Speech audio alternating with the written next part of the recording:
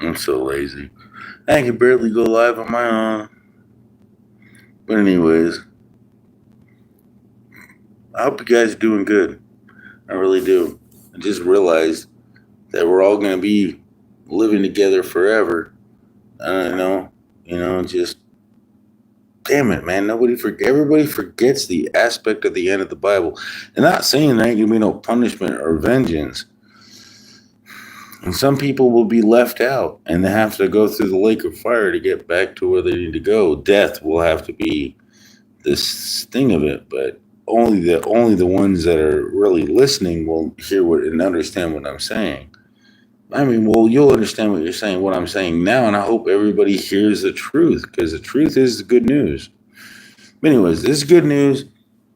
I'm in bad news. I'm fighting the government, and it's just, I mean, I got to keep my positive attitude up because my kids. I mean, everybody looks at this world like your kids. You own your kids. No, God owns everything, man. Hey, God, I don't own my kids.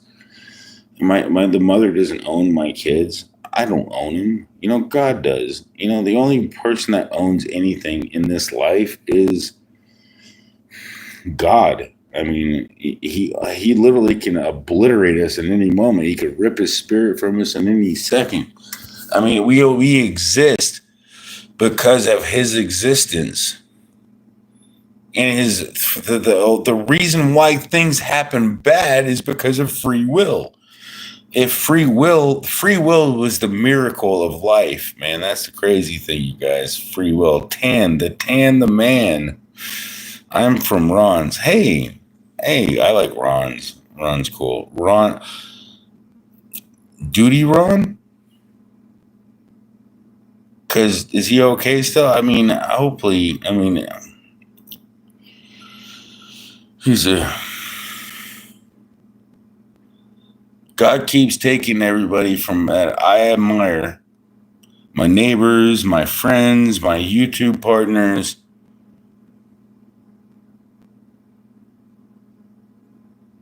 Be more Ron. That's another good Ron. Duty Ron, be more Ron. They're all good people, man. But I keep getting cancer keeps taking out the good people of this world, man. And maybe it's a um, rapture in the making. I don't know.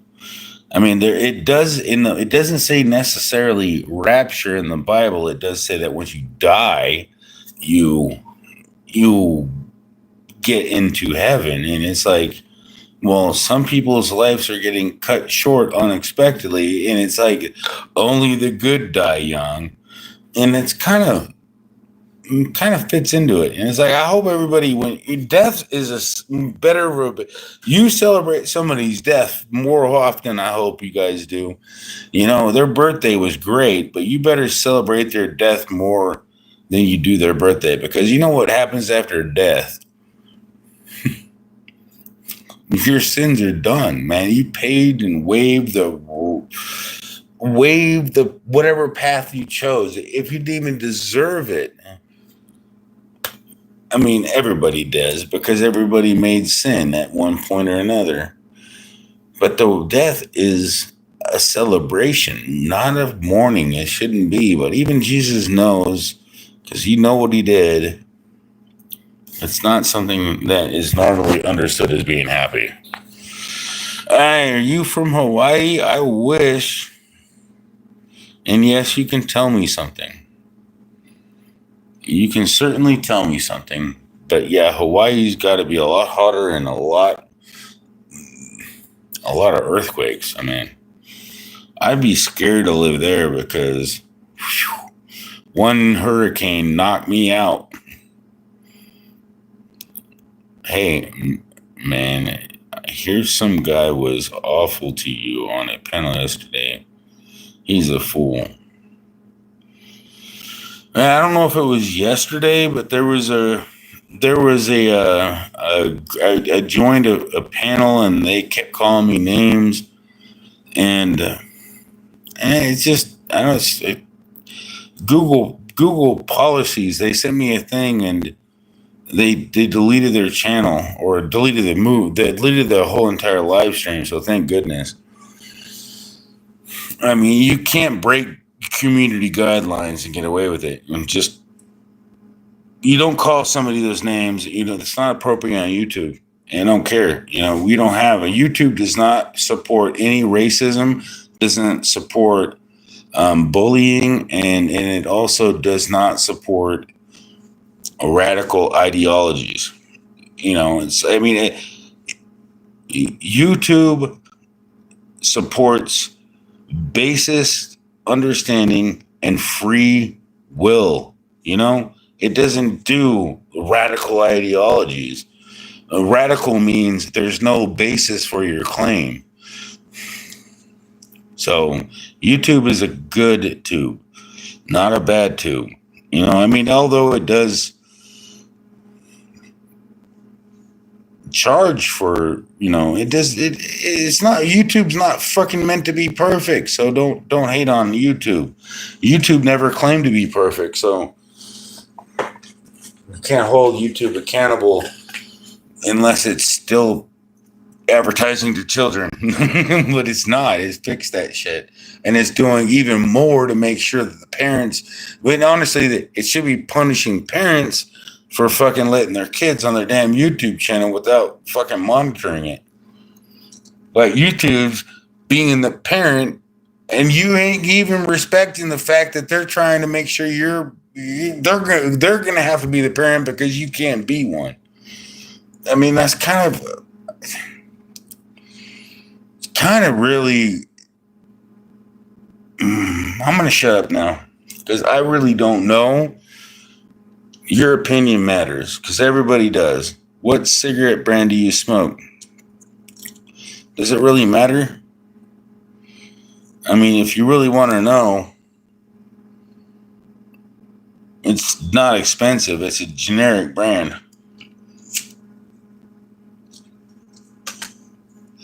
They taste better than Marlboros. They actually make, I mean, honestly, I smoke a Marlboro and be like, Vic, and these are better than Marlboros. But yeah, King Mountains is what they're called. I'm always looking for cheap. Well, they're not cheap at the store. They're like $9 unless you go to the Indian reservation. But since I'm, you know, not Indian, and the Indians love me because I just give them a big hug and they give me cigarettes for free. I don't even have to pay for my cigarettes. Actually, I do pay for them because I give them like $30 and they're happy with that. But I still love Indians. I love Chinese. I love Russians. I love Koreans. I love North Koreans. I love South Koreans. I love everybody. The leaders. Now, if you want to talk about the leaders, the leaders are where. Then it's like I still love the leaders. I just hate exactly what they're doing. I mean, I would like to say I love what those leaders are doing. They're being great. No, they're being fucking the hate. You know, and honestly, it's like there's some evil leaders that don't want to be held accountable, but you know, they don't understand that there's a God, right? They don't understand it. So they're fucked. But still, that's not my job to fix, man. That's God. You know, throw your burden upon the God because it's a burden. You can't fix it. We can't fix it. Put that on God's shoulders. I mean, God will make me hate these cigarettes when due time. You know, my enemy is my cigarette. Yeah, make me hate this enemy. And it's not a foolish test because I'm not jumping off of a building trying to say, hey, God, you'll save me. I'm not sitting in the middle of the ocean telling people trying to save me to go away. God's going to save me, you know? So I don't think I'm breaking any understandings of the Lord. Why are we talking about this? Because, I mean, what do you want? Okay, well, I'll change the subject. Let's talk about my filings. And you can tell me how I'm going to win. can't. I just sued my attorney.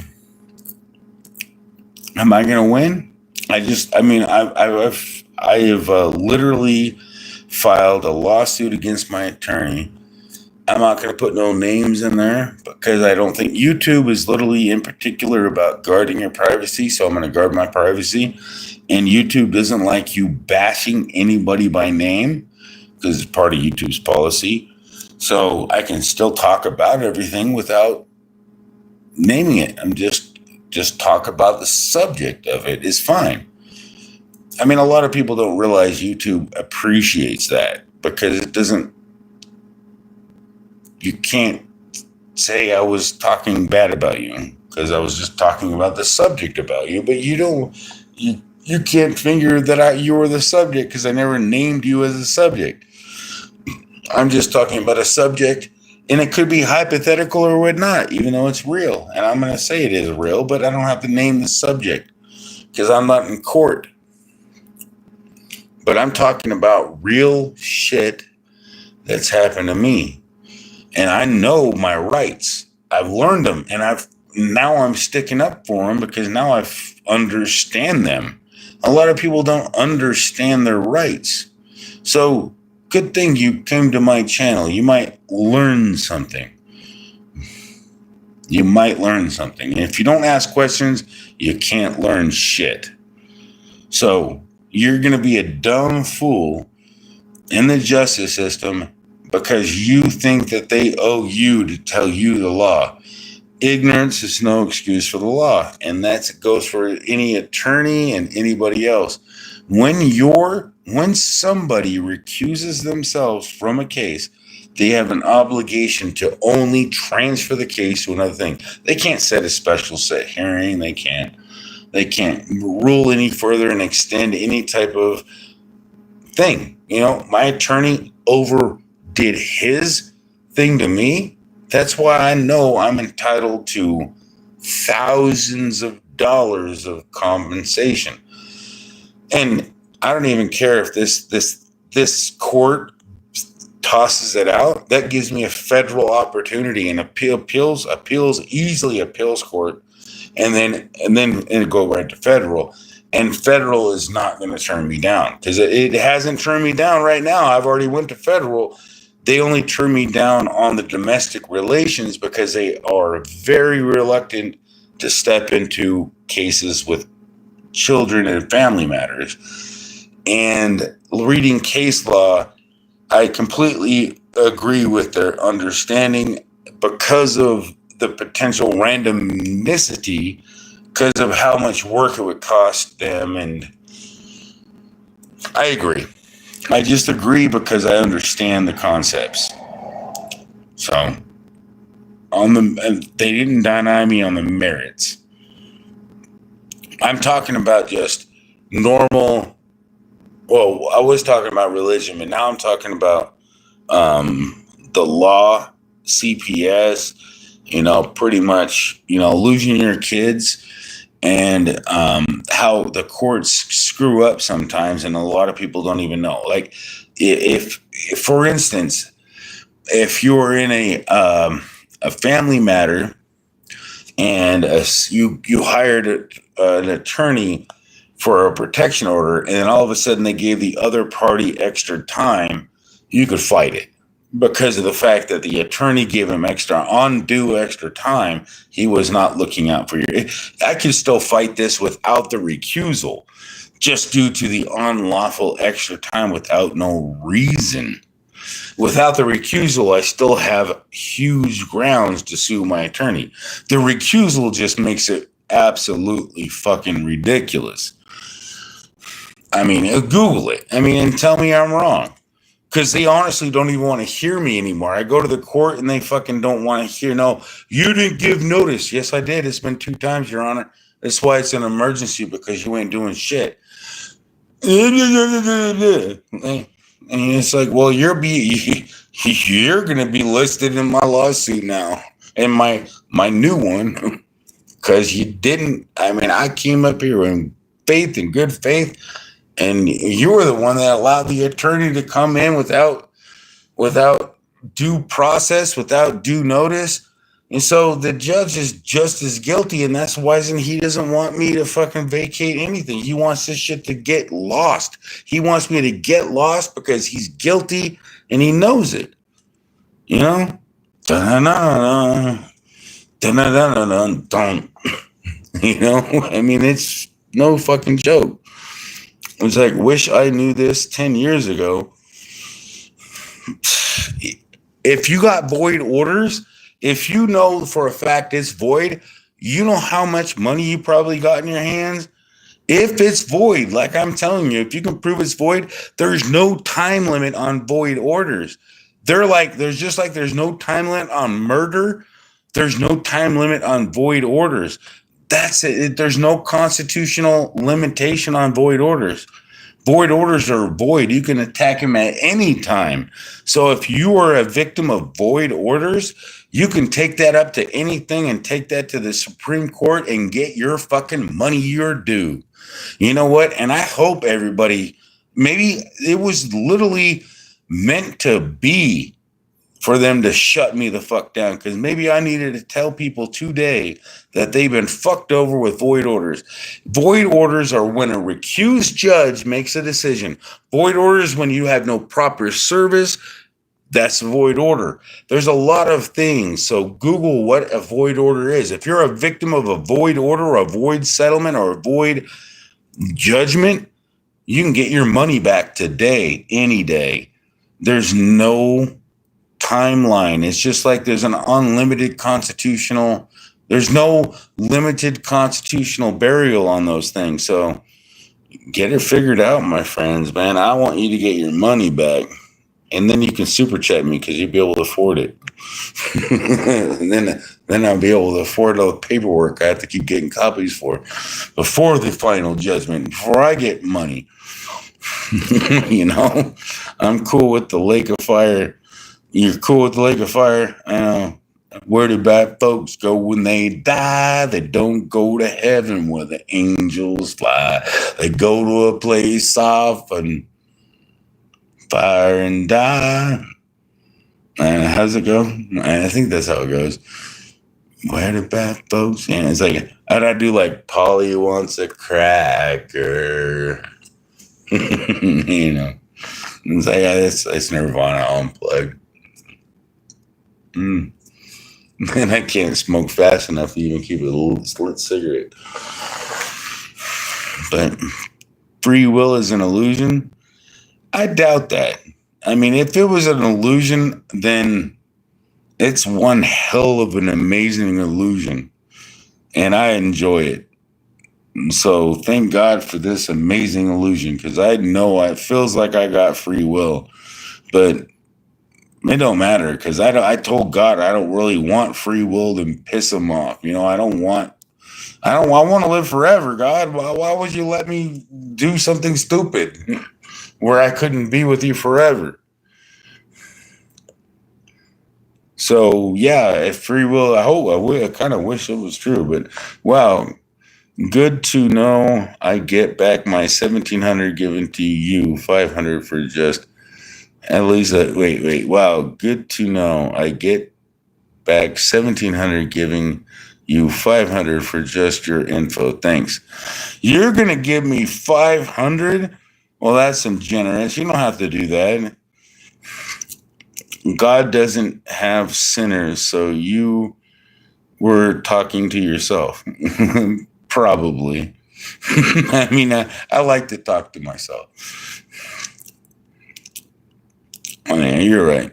Yale, Israel. Here, hey, good to hear you.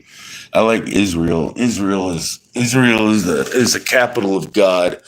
I mean, it's definitely in the mix there. For real. It's like the heel of the Lord, the healing of the Lord. Maybe, I don't know what you want to call it. I'm not no preacher, you guys. I'm just saying. But I'll be right back. Can you hold your horses? Because I'm going to do the pee-pee dance if I don't. I'll be right back.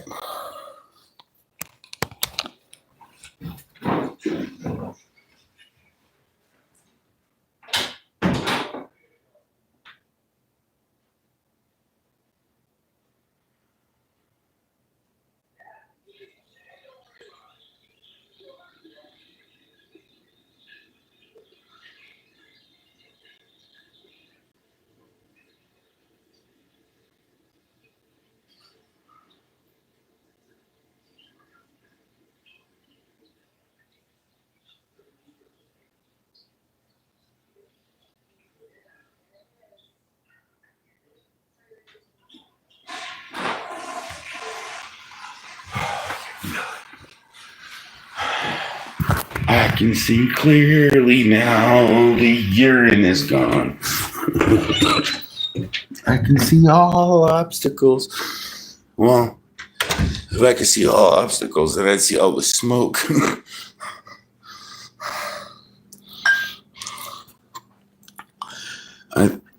Now I know I can set back my money. Void. What it was you said, I'm just as buzzed as you are. No. Yeah, no worries, man. You don't have to send me. You probably need the money more than I do. But I definitely send it back when I don't need it. What if honestly, I like to give back double or nothing, man. You give me money and I don't need it. It's gonna be fun when I get money.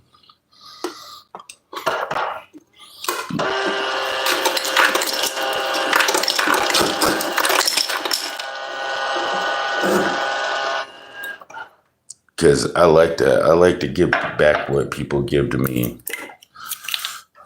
Exactly how God says it is. And I probably have just enough to tenfold it. But you're not going to give me $100 and expect to get tenfold just because, actually, whatever. I mean, just don't expect it because it might go down to fivefold, but regardless, double is the minimum because I'm not God. God will give you the rest. I mean, I'll just start the 1% or the 10%, 10% of what it is when I get the money to do it. You know what I mean? Because I'm gonna go through my list and I'll start because I'll have time, because I'll have money. Once I win all this extra money, my mom's not gonna freaking. Nobody's gonna care. I do what I want to do. I don't let nobody influence me anymore. I hate that shit, man. I like to do my thing, because, people don't recognize that I got a record on this YouTube channel. And I got a record and I know people that, especially if I can get her to stop gambling. I got some people that just want to get them on a different track of life. I mean, but they enjoy it, so it's kind of hard to do that. You know what I mean? But I just know it's kind of an irritation to God. Just like me smoking cigarettes, gambling is like drinking. Well, you're not supposed to eat. Drinking is fine. It's just getting drunk is what is the problem. Smoking is fine. It's just smoking so damn much. But it's what you're doing. It's not clean. So technically you're not being a good example. So that's the major issue. And I'm not being a good example. I speak great things, but the power is not shown through me. It's what it says. And I'm not going to hide the truth, man. You have a good one. Need it sometimes. Money isn't everything. However, we need it sometimes. That won't always be the case because every nation is always everything. History repeats itself. This dollar is almost obsolete, So we're getting close to the days where we're going to have to trust our neighbor. So the most important thing is get to know and love your neighbor. You're going to have to share food and make food and break bread.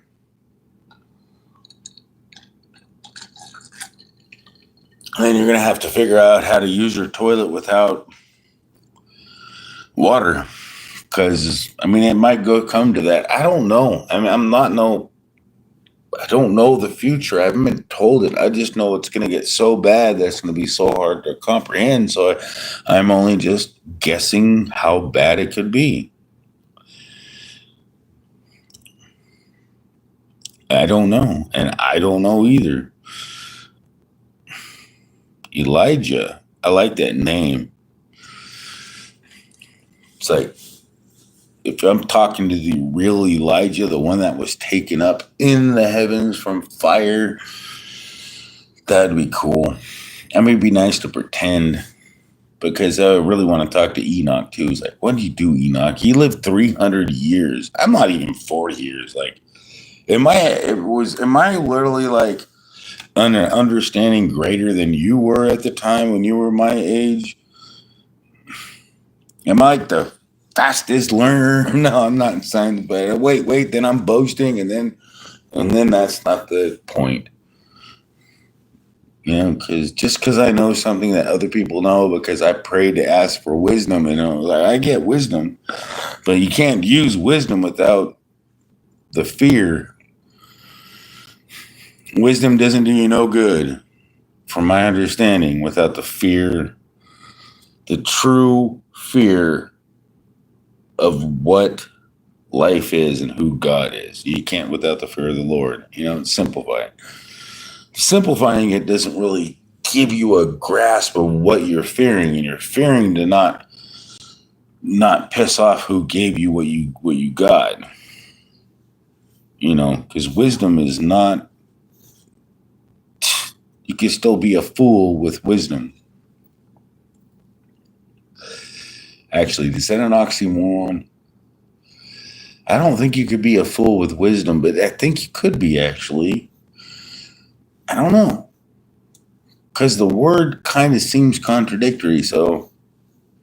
Because wisdom would make it so it's impossible to be a fool, because you'd be wise enough to not be a fool. So you cannot be a fool with wisdom. And wisdom is granted free in everything. No, it's better than knowledge.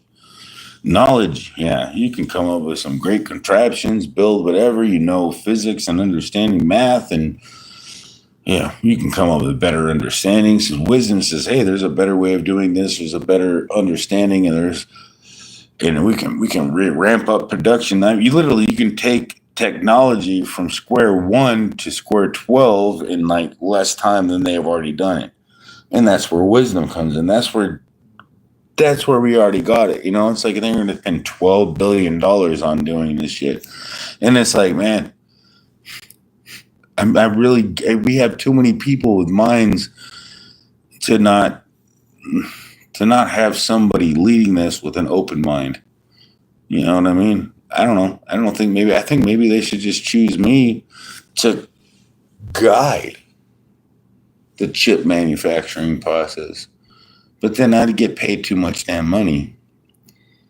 Because I'm like, God, I really don't want to have a billion zillion fucking dollars, to be honest with you guys. I really don't. Because I know it's going to affect me. I don't have time to spend that kind of fucking money, you motherfuckers, because I have more money to spend, and then I have more tools and toys, and then, I don't know. That's the only thing I hate about fucking, I don't know. Yeah, it's kind of a weird concept I have on reality. Just, we're so wasteful. And we don't think that, let me give this away since I don't need it anymore, to somebody that I can, or give it to somebody that doesn't need it, that I know is that somebody that could use it. I mean, even though it's not I'd give my car away to somebody if I didn't need it anymore. I wasn't gonna charge them $1,000 when I got hundreds of thousands. But I'm not gonna just give it to some random person. That'd be foolish. Somebody that really is looking for a car, ready to pay for a car, I would certainly give it to somebody like that. That literally gave me the money, and then I can just give them the money back and be like, congratulations. You earned it. That's what I would do. Something like that. This way the money goes to who really deserves it, not the ones that just didn't try, but there's a lot of people I would give it to that didn't even try, because they deserve it too, in a certain sense. But I wouldn't give them the money because they'd probably foolishly, like I would do, buy it on drugs or freaking alcohol or some stupid shit like that instead of a comfortable place to live. But I get them the things that they needed and the tools to survive if I could do it, Because I think I've seen a lot of people, YouTubers do that, and I think it's nice. He says, while as he sat smoking a cigarette, I know. And I'm telling you, I don't think smoking a cigarette is not, it's a minute sin. It is not a good look, but I'm not sitting here and it's a good thing because I don't really want to come off like I'm preaching to anybody. So maybe that's the reason why I can't quit smoking, because I don't have enough. Well, maybe if I quit smoking, I would. I mean, I don't know. I like to be able to give you food for thought. That's the whole thing. Food for thought, not a commandment, because it's not really, nobody wants to be demanded to do anything. You know what I mean? It's like, hey, let me pray for you. Nobody wants that, man. I want you to know how to pray for yourself, not how I can pray for you, because me praying for you does nothing. It doesn't do a damn thing. If I could pray for you. It sounds absolutely obsolete when I can tell you simply how to pray. Just say Father, and then talk to the Lord and learn his name, seek his righteousness. That's it. In Jesus' name. That's it. And actually the better way to go is Father in Jesus' name, and then just pray and then say everything amen. This way you can talk to him until you fall asleep. And then it's already there. I mean, that's the best way to do it, because I think you've already said what you require to, and he can read your thoughts and you can go to bed and you don't have to worry about nightmares and stuff, So if you have nightmares, trouble sleeping, that'll fix it better than anything, in my opinion. Especially if you have trouble with nightmares or anything like that, try it, because it gets rid of it, man. Because you're gonna learn God's name. You're gonna have an open mind. You're gonna have an open heart. Your heart will be cleansed. It'll fix you. Once you start coming to the Lord will come right back on you tenfold. Not money-wise, but, he'll give you what you need. He always gives you what you need. And that's the thing, is he always gives me what I need, and I have to bear witness to that. And he knows I don't. He made me realize, as much as back when I was a kid, I wanted to win the lottery because I'd have so much money to give away. But how much money would I have spent on myself? More than I'm likely to want to admit. And so, being completely honest, what kind of money? Would I have spent all the money on everybody else? No, I would have spent money on me. I would have spent it on me. I wouldn't have give it all back to the community. Even though lately, I still spent money on I needed, But either way, I think God knows me. I don't really want to have to spend money or giving money away. I think advice and understanding the struggles I'm going through in life while I'm smoking a cigarette, regardless, because a cigarette's not an unforgivable sin. The only sin that is unforgivable is cursing God and blaming God, and then really in your heart, you can never give that a second thought, because you've permanently blamed God for every problem in your life. Now, that's probably one of the major things that a lot of people might accidentally do, but it is still undoable if you can undo it. You know, if you can recognize and apologize, that's the whole thing. You know, it's like if you can forgive yourself, then you're forgiven. If you can't forgive yourself, then you might not be forgiven. But I think you're still forgiven. But you might have to jump through a lake of fire. But regardless, God's going to wipe out every tear, not just half the tears. Some people, vengeance is going to happen. I really believe that. I really believe that there's a time for vengeance, there's a time for everything. I just wish people would have an open mind to realize there's a bigger picture at play. And things ain't always what they seem. You know, religion is, everybody's trying to confuse you and to make you hate them. And you have every right to hate what they're doing. So my main thing is stop hating.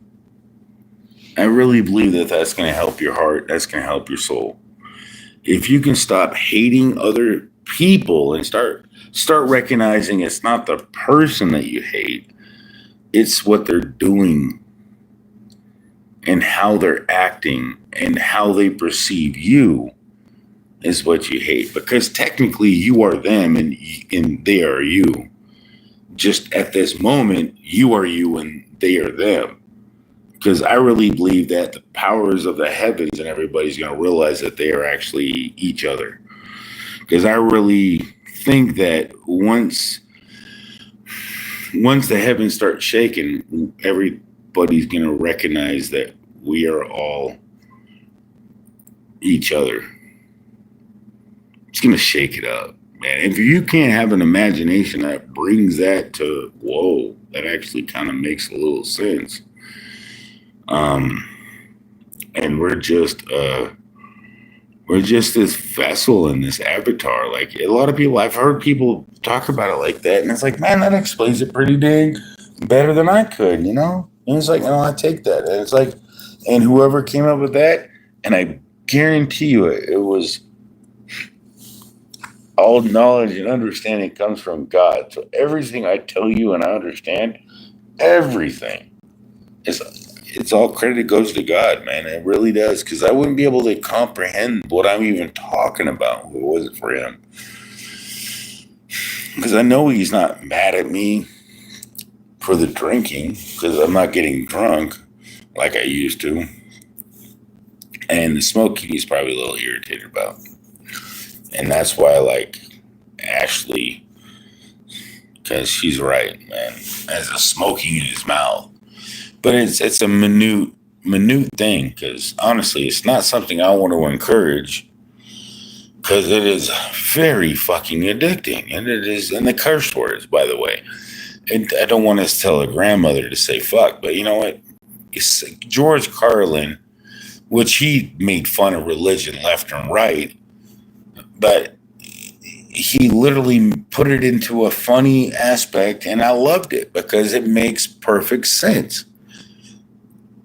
But he loves you, you know, and that makes perfect sense. Like, if you burn and rot and die, but he loves you, you know.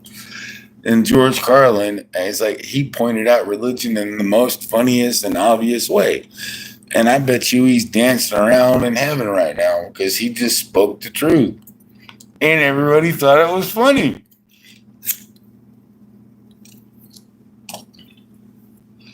Because I don't think he condemned God. He never said God didn't exist. He just hated the fact that everybody looked at certain things about religion, and the religion is goofy. He condemned the government by freedom. Freedom, we don't have freedom. You know, and it's like, you live in America, the land of the free. If you believe that, yeah, because you have to be asleep to believe it. They call it the land of the free. So, what are we? Are we the land of the free or the land of the... Are we in the one land of the because it says we're literally going to be attacked by atomic bombs, but they ain't gonna affect the people. They ain't gonna have to. I don't know. People will be saved. Atomic bombs won't affect, because angels can block atomic radiation. We can get immune to it in a moment's time. I mean, it's like God's power is unlimited. The power and the kingdom of the heavens belong to, and I bet you that heaven and hell and earth and dimensions will be created just to appease the ones that want the vengeance. The vengeance. Once their vengeance, because God wants, they deserve their freaking vengeance, they mad at the freaking world, man. They deserve to be mad at the world. The world killed innocent people, and they still do all the time. That vengeance is due. But they don't understand. They don't seek the Lord. They don't understand the Lord. They don't understand God. God is way above my... I mean, I got a better understanding than probably most people of who God really is. I really believe so. Not more than some people. I bet you there's somebody else that knows that, God isn't really happy about your smoking. It's like, well, I already told you he's not happy about my smoking. And it's like, he tells me all the time, because he puts my cigarette out, and he makes me cough my guts out before I start smoking. So I know he's not happy with my smoking. He'd rather me gamble my money away, because then he can give me more money, but he's just so tired of cleaning out my damn lungs. PremiereHell, motor mouth. Keep going and going and going. And on and on and on. That's what you're supposed to do when you're on a live stream. If you stop talking, everybody stops watching. You got to go on and on and on. And I'm not talking with myself. I mean, I am actually talking to myself. It's like I'm just thinking out loud, and people want to hear my thoughts and my commentary, because I am not... I don't know. I am not boring. So, sometimes I can be. But good to see you, Corinne. Did you win my number? I mean, well, you didn't even... My number came and you didn't even play my number. That's still a blunder. And that rhymed. Oh, is that a crime? Rhymed, crimed. I'm starting to be a rapper, man. I'm going to start sitting here like, I'm a motor mouth. I'm going to be a rhyming mouth. I'm just not as slick as some of those rappers out there, but, I don't really want to. I don't really think I need to be. And I don't want to embarrass anybody, Because if I do ever do rhyme like super good, it wasn't me. I just started speaking in tongues. I mean, I'm just speaking in tongues because I had the Holy Spirit with me. Keep me up to date. And it's like, I don't care if somebody comes in and tries to kill me and tell me, oh, you're going to die unless you revoke your God. I'd be like, nope. I ain't going to do that. You can kill me because I know what death is. I know what only reason I fear death is because who is going to be punished? Not me, my family. And they're going to be sad, and I don't want my family to be sad. So that's the only reason why I fear death. I don't fear death because I am afraid to die. I fear death because they're going to be lonely without me, or be broken without me. I mean, they like my annoying self for some reason. And I think you might miss me too. I don't know. maybe be like, damn, finally that guy's dead. I don't have to listen to his annoying ass. But I highly doubt that you'd say that because every time somebody, even on the YouTube that I didn't really like or appreciate, I still be like, damn, that lucky motherfucker died and I didn't. I kind of do feel a little jealous.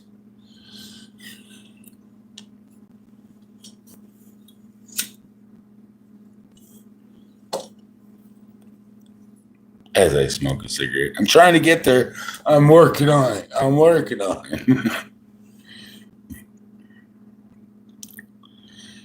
There's no such thing as luck. If you want the numbers to play, if you want to know the next numbers, just pray and you'll get the numbers. And don't force the numbers. Just get what's going to happen because it's already there. I'm not going to teach you how to retromance the future, but because I'm not going to take advantage of that. But the future's already, in a sense, already done. But free will, I really liked the concept of limitless. Not limitless. It was the next movie. Because once you look at the future, it should change and change the timeline, no matter what, because you looked at it.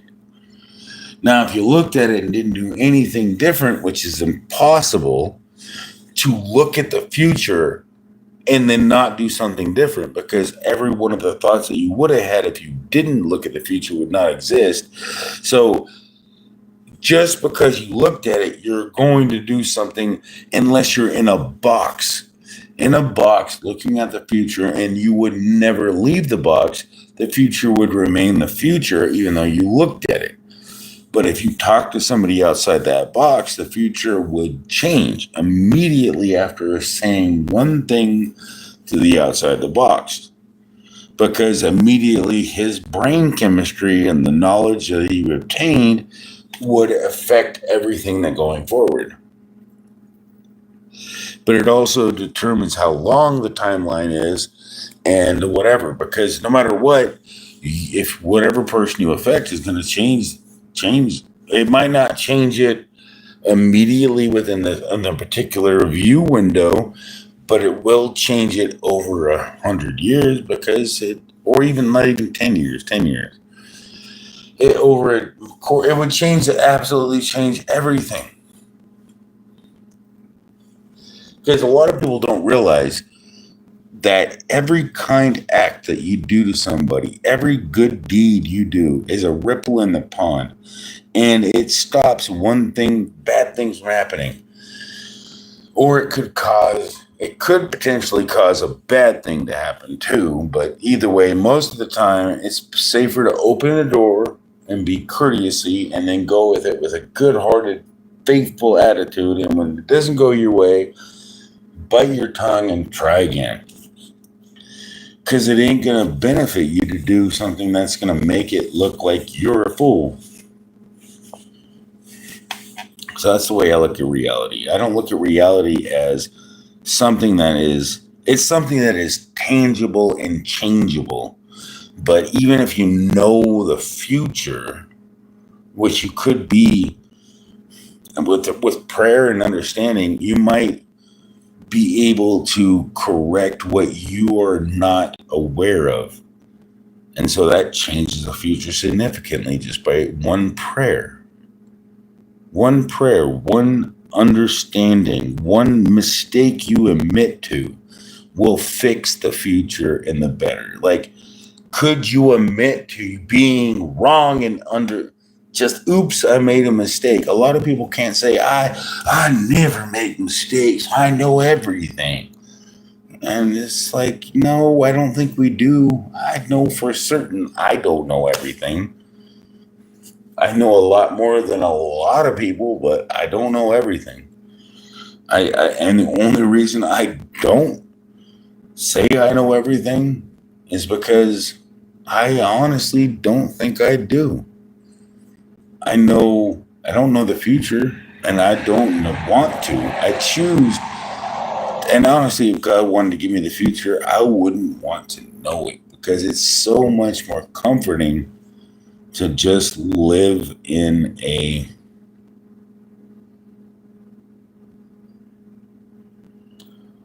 nobody wants to know certain aspects of reality. I want things to be able to work themselves out. If I know the future, I guess I'd be having more power, but then it still defeats the purpose, in my opinion. It defeats the purpose. I'm counting down until you fall asleep. 10, 9, 8, 7, 6, 5, 4, 3, 2, 1. Okay. I'm not falling asleep right now, but I'm getting close to it.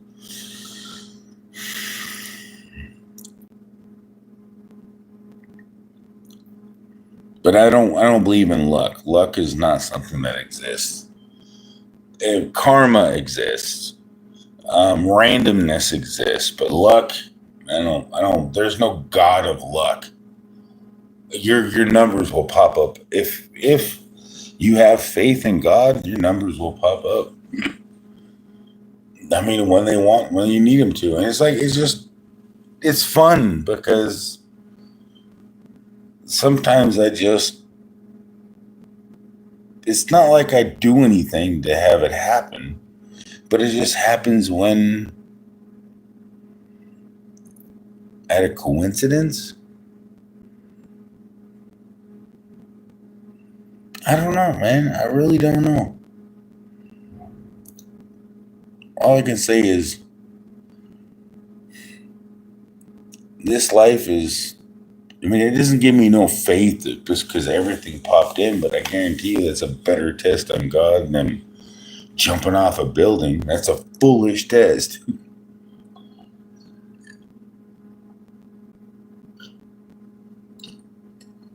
And it says, do not test your God or foolish test. So it's like, yeah, if God will prove He exists to you, and that's the funnest thing to do. And I don't think I've ever asked God because I know He exists. He's like, well, He knows, and He's like, why am I going to sit there and freaking test Him?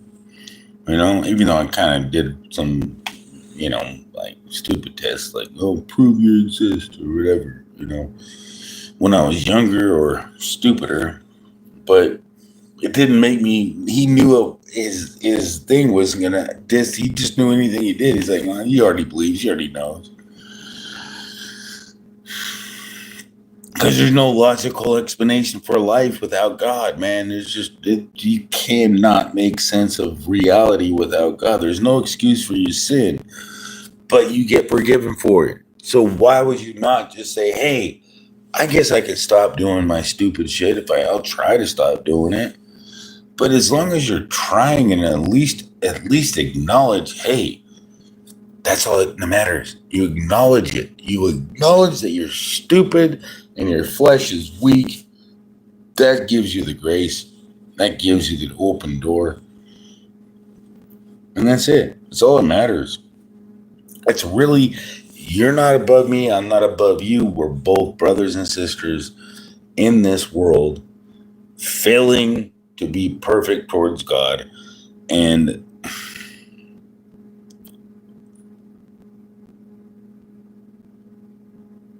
we need Him.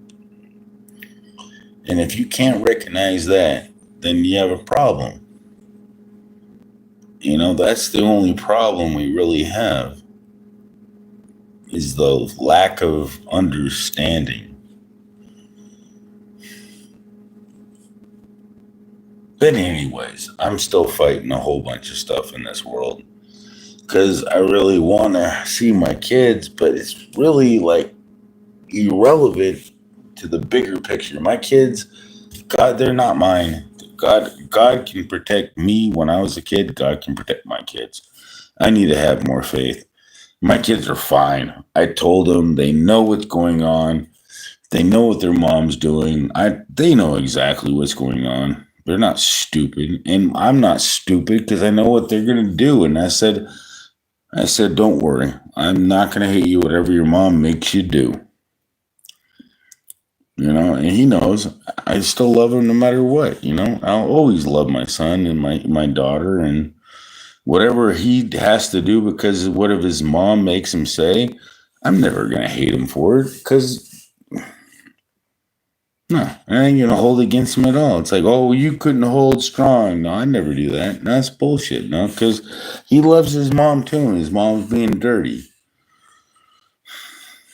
Man, it's just hard I couldn't imagine. I've never been in that situation. How's that gonna affect him? He needs me because I need him to realize that this shit happens all the time in the world.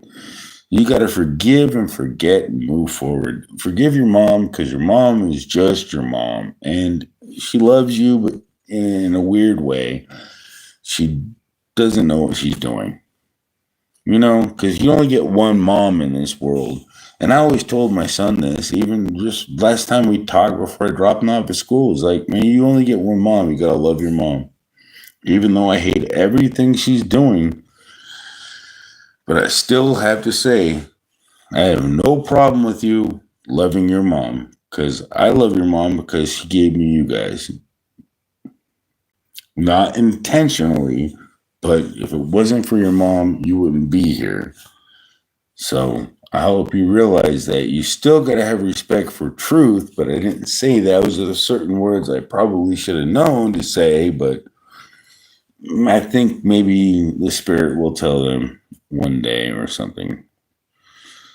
I'm drinking. Fucking, what do you think I'm drinking? Alcohol. I mean, it's not just Pepsi. But I'm drinking stuff. Drinking the whiskey. But I'm not drinking anything because it's empty. And I'm trying to make sure I don't drink too much. And my bedtime is going to be no more than 2:30. I'm going to try to go to bed at 2 o'clock tonight. Because you know what I got to do tomorrow? I gotta do I'm literally going to try to get everything ready for Tuesday to file for the appellate court. Because I'm going to file I'm thinking I'm going to wait until next Friday to file because I really want to give myself plenty of time. I'm not going to any more court hearings this week. This week is for me to completely learn how to file what I'm doing to a higher court. And I'm thinking patience is a virtue. And I'm thinking I need to make sure that I get things right, and I be very careful on how I do things, because it's just the way I logically always fucking fail in my life is I rush into shit, and then I overthink, and then I just put it in there and proofread it, and didn't spend enough time. It's like, well, no. Fucking 5 days. You want things done immediately, but you can't expect shit to happen overnight. So you still just wasted a whole bunch of time.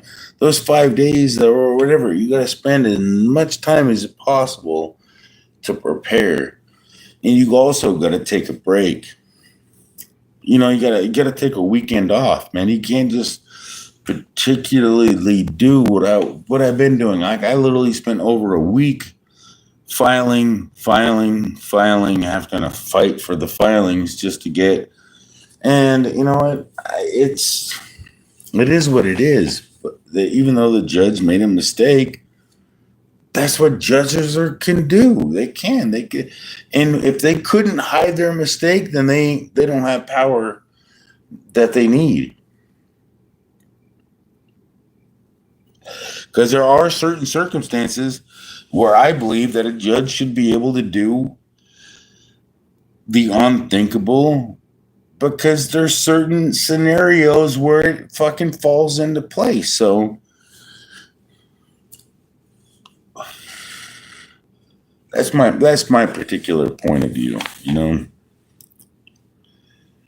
Yeah. Hell, Jack and Daniel. No, what are you drinking? But man, I really just I really like Jack and Daniels, and I mean, honestly, I don't like bullshit. I mean, honestly, like did I tell you about this one particular group that I came up with, and literally they popped up on some other guy's channel saying, and literally he popped up on my friend's stream telling me that I was in, like, what? My friend was like, no. It's like trying to say whatever. It's like, no, you can't get me to look like I'm somebody that I'm not, because I'm not racist, and I mean, I think it's fine for somebody to goof around with the word and say the N word and left and right. It's like, I don't even like saying the N word because I don't want to offend anybody, because it's offensive. Just saying it could be offensive. And so I respect who it could offend. And if it offends somebody because I can't say, I don't want to say that's stupid. I'm being respectful because I don't want to say it because it's offending some people. And I have the balls to say it because I've already done it. But I don't need to keep repeating it because it's not a word I really find fucking admirable, especially when I'm the subject of it and I'm looking at the people doing it, and they're both don't have any authority over me to do that, and they're both violating YouTube policies. And it's like, what the fuck, man? I'm honestly, I I can't understand where their brain was, because I really was like hoping they were just fucking joking. But they weren't. And that's the sad part. Because I was waiting for a freaking, oh, I got you. I was just kidding. Yeah. Well, they actually had me, and they weren't fucking kidding. And it just kind of really irritates me that there's people out there that are that bad to the point where they're actually going to call a white person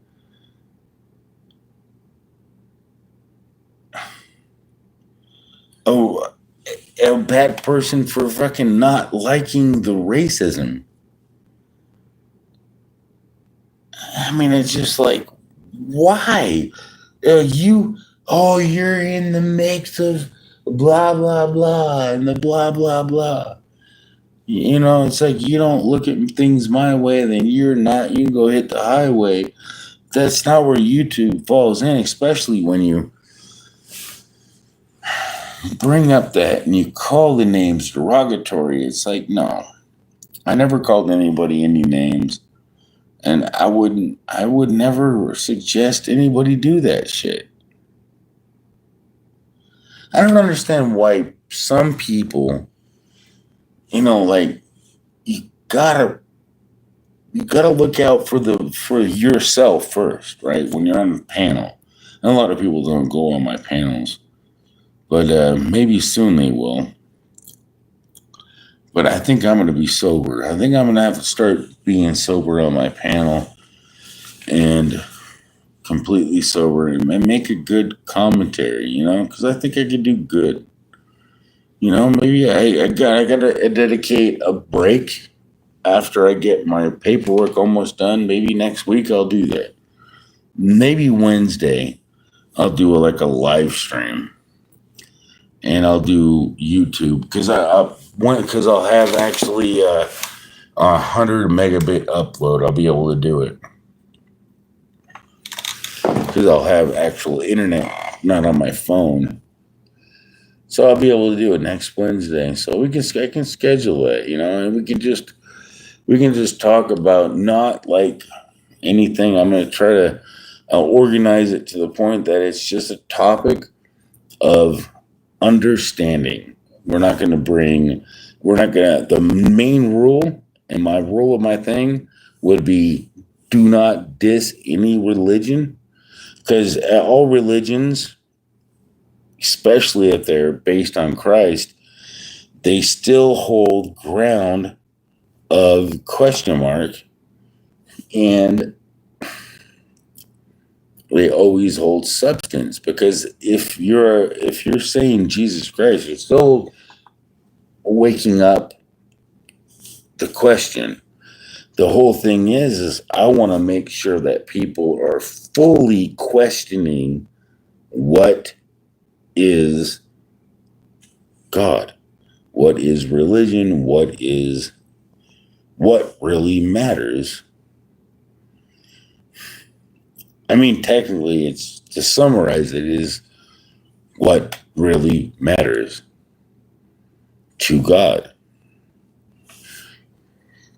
I think that would be the title of my show.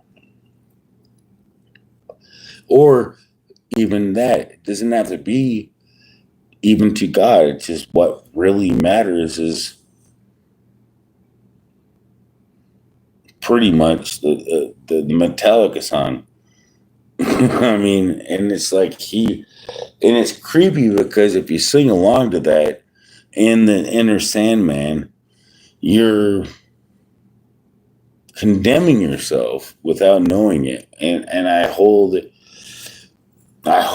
very high tort claim to that bullshit right there, because you can't just because it came out of their mouth because they were singing along, they did not know what they were conferring to. So I beg that the Lord forgive what they were singing along to, especially in any song, because songs do that to people. Nobody should be damned for singing along to a fucking song that was wrong. Wow. That rhymed. I'm a rapper and I didn't know it. Nobody should be condemned for singing along against a song that was wrong. You cannot be condemned for a song that's wrong. Take care, PremiereHell. Hey, I love you too. Change the subject or I'm gonna kick you in the nose. Okay. All right. The subject is changed. We are talking about pretty pink panther hands. No, we're talking about my case against.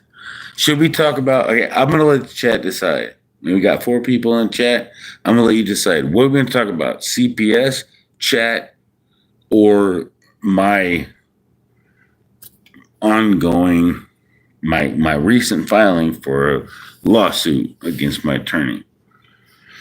We want to talk about CPS, or we want to talk about just general CPS? Keep it open for everybody, because CPS and their authority is very relevant to my understanding, because I'm learning a lot of things there. I think that might be a good topic, or I can personally go into my own thing. So there's 2 options: CPS, or let's go into your own case. So I'll wait for a response on the chat. So Karina, you change the subject. You can change it. At least I got to say what I wanted to say. I don't even know what I wanted to say because I forgot. It lasted for too damn long. I was rambling like a man on the moon. I think I made my point, though.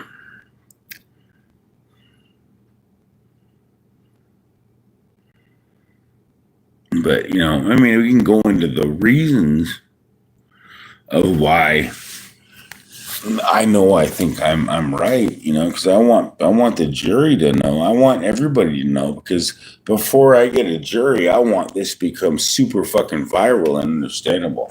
A jury should fucking know this. You should share this out, the knowledge on your community tab. Once recused, always dead. Once recused, or just say something about recusal. Once I recuse, how to say I quit, and it's like I recuse. Just how to quit your boss, or something like that. Be like, Just so that people understands the wording of what recusal means, because I know what the fuck they're going to do. I know what they're going to try to play. I mean, I have an open mind, is what I'm trying to say. If my attorney, this attorney didn't, she recused, she didn't fucking blah, blah, blah, blah. Yeah, you fucking full of shit, dude. I told him, I didn't even know how that works. But she know that she had a conflict of interest.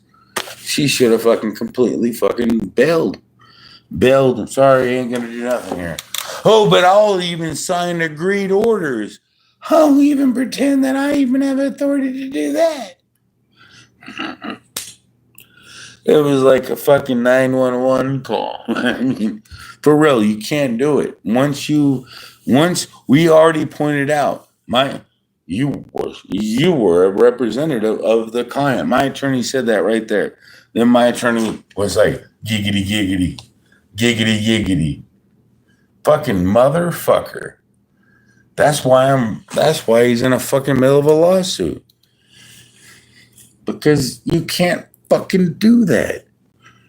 You can't fucking do that. You can't fucking say, hey, you can still continue, Your Honor, if you can be, you can't. And she knew that. She by the code of ethics. Then by the code of ethics, what gave her authority to fucking think that she could write in fucking orders? What gave her the authority to do so? Nothing.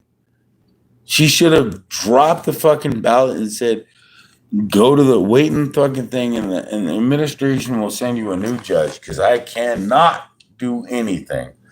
That's what she should have done. I mean, that was the only thing she could have done.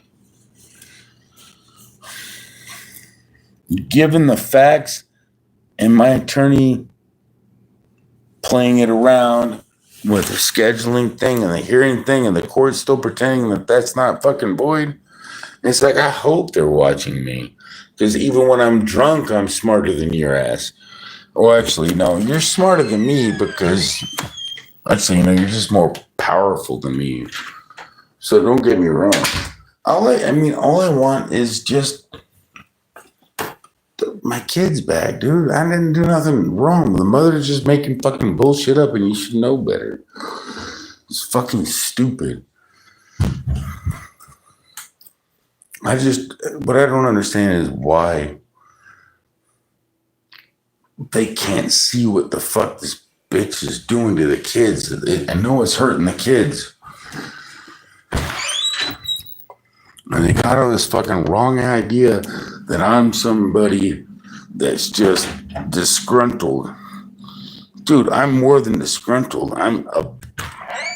There is a word, I just don't know it. Do you guys know the word? Because I'm more than disgruntled. But I'm not stupid to take my anger out on. That ain't gonna do good. I can't go up. I can't beat up the judge. I can't threaten the judge. That's stupid. As much as I'd like to, but it wouldn't do no good.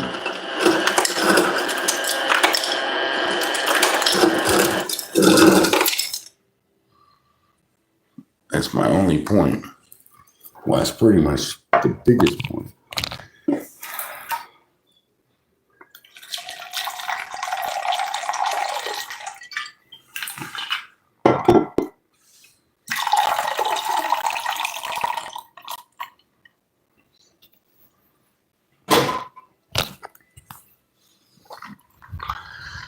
But anyways, my whole point, my main point about reality is that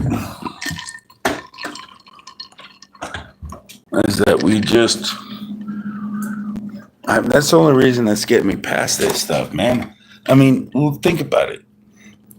The only thing that's getting me past how angry I am and how frustrated is the fact that my actions and everything I'm doing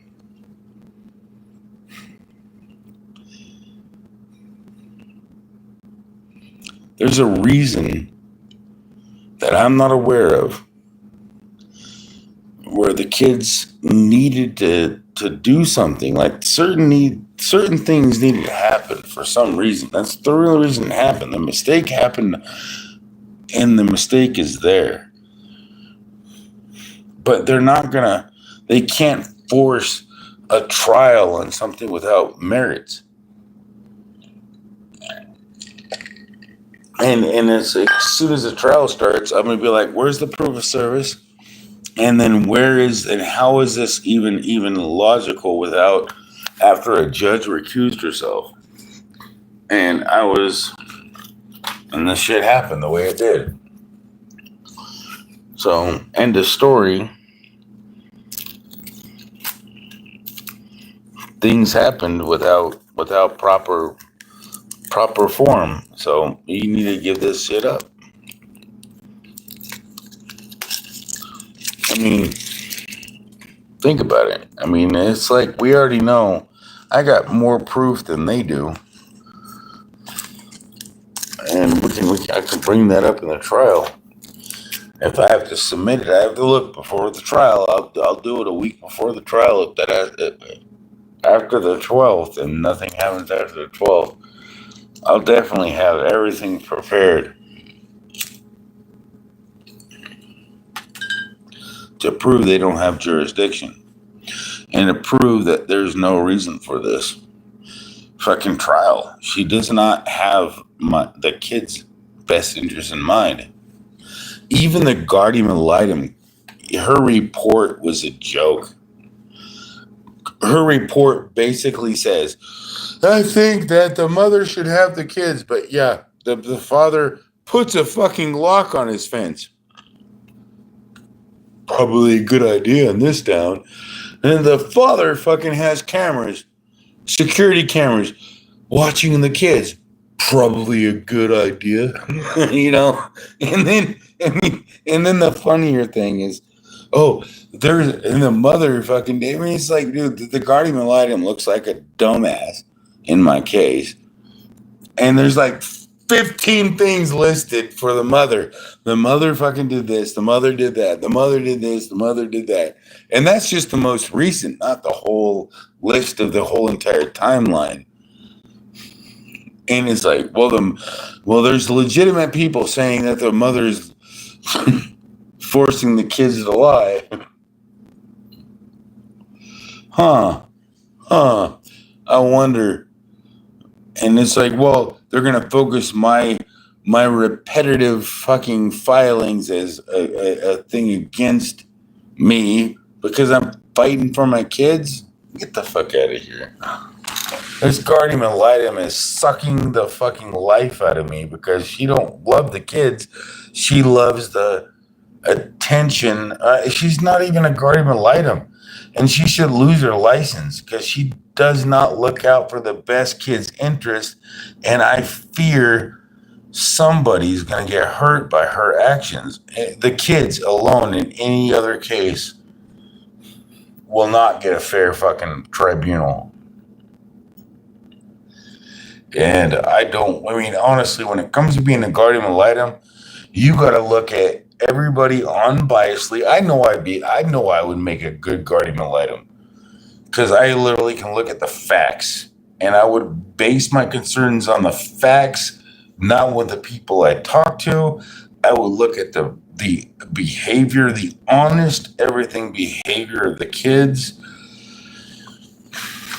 and that's it. And, I wouldn't do anything other than that, and that's it. And I'd be honest in both directions and let the judge make the determination. Because I know kids love their mother and their father. No, it doesn't matter.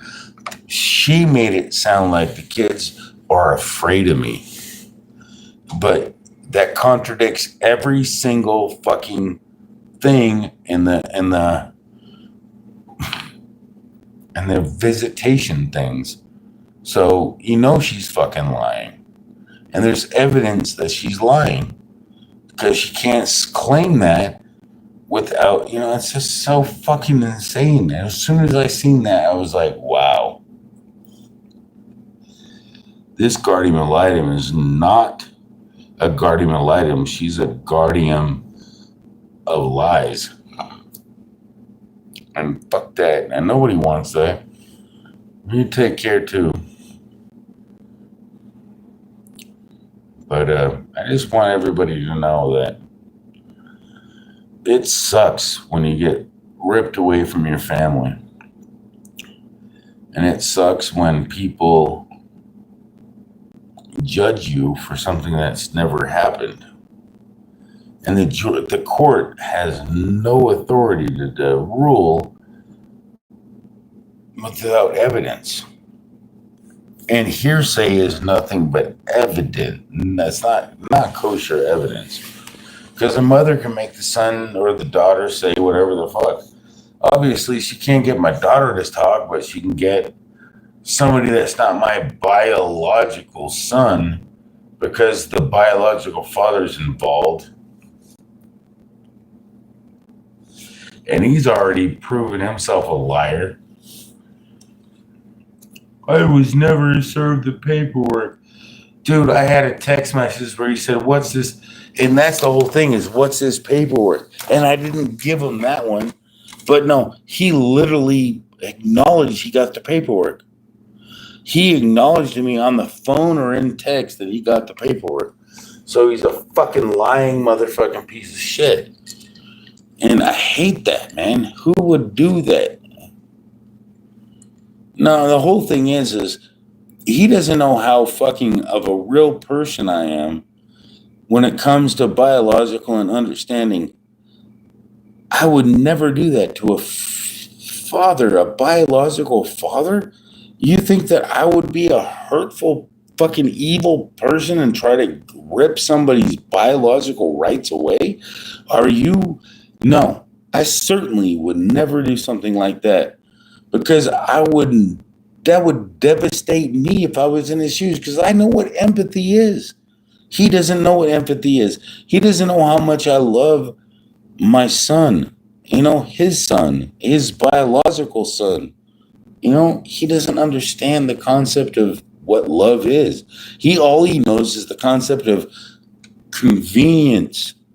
Oh, I have a convenient ability to stand up for my rights.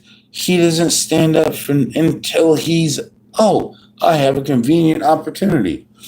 That's all it is. He doesn't he doesn't care. I got a convenient opportunity is what he does. It's just bullshit, man. And I even told him, call any time you want to talk to your son. He had no restrictions, no time limit, no nothing. He had nothing to restrict him from his son. I never gave him any restrictions, and I never would have. The only restriction he ever imposed upon himself is his imaginary bullshit.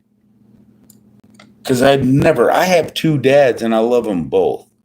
So fuck that motherfucker for not trusting me on that particular stage and for believing the mother to tell him that and not to get the truth out, not to seek the truth out of him. Because he knows if that's true, he could possibly get rights to his son back. That's some bullshit, man. He doesn't even want to know the truth. He just wants to know what he can get away with. And that's bullshit, man. I hate people that do that to people, man.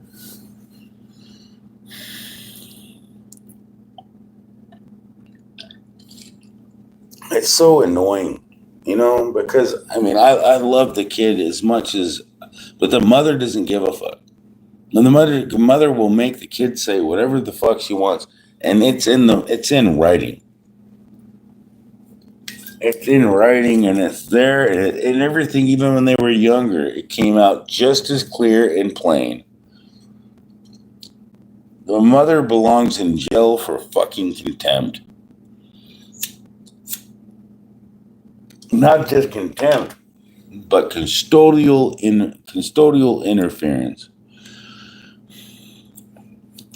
Violating the restrictions upon the granted UCCJEA rules. She belongs in federal prison for at least a year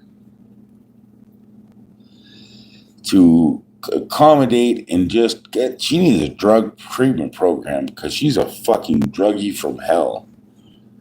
She's just a fucking huge druggie too, you know? It's like, and I want the kids to have a fucking mom that ain't fucking addicted to. I mean, I'm addicted to cigarettes and alcohol. I mean, I'm not no perfect saint, so regardless. But those other drugs are bad. I mean, pretty much damn near right next to them. But all I can say is, I know I got void orders. I know void orders when I see void orders. What do you see when you see a void order? What is a void order? A void order is something that is entered into law that is not correct, that has no substance, that has no validity. And that's what I'm fighting. The court does not want to fix errors. This is the crazy thing. As once they fix these errors, or once I finally get it acknowledged, and that's why I filed a writ of mandamus. A lot of people don't even know what the fuck that is. It's not even a writ of habeas corpus is more understood than a writ of mandamus. But it took me a while to realize that that's a route. And I took that route because before I could take the habeas route, I need to avoid the orders. So I took the mandamus route because that's how you get orders void. Because you get out of the circular loop with the very conceited and evil commissioner. Because if you find yourself in a loop, pro se, with the commissioner, and once you see that, and once you can't get out of the loop, you're gonna have to go appeals court, appellate court. Once the appellate court denies you, and you filed properly, because you got to read all the rules. So believe me, the rules are complex and annoying, but you should be able to do it. Google Docs give you the word count. You just got to do the certain rules. Look at the format. It's not that big of a deal. It's kind of, it takes a little bit of time, but I'm willing to do whatever the fuck it takes to get my kids back because my family misses them. I miss them. I cannot even know what they're going through right now. They might think I gave up on them. And this is going to prove to them that I never gave up. And I've been fighting them for them nonstop since they left. Since I wasn't able to talk to them and anything, they're going to know my mind's been on their hearts the whole entire time. And their mom has been the one doing the deed.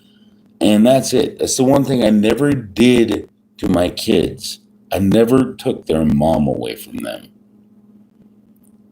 But she's happy to take them away from me. That's fucking evil.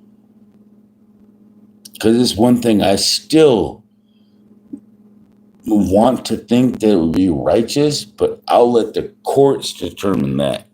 Because I couldn't do it.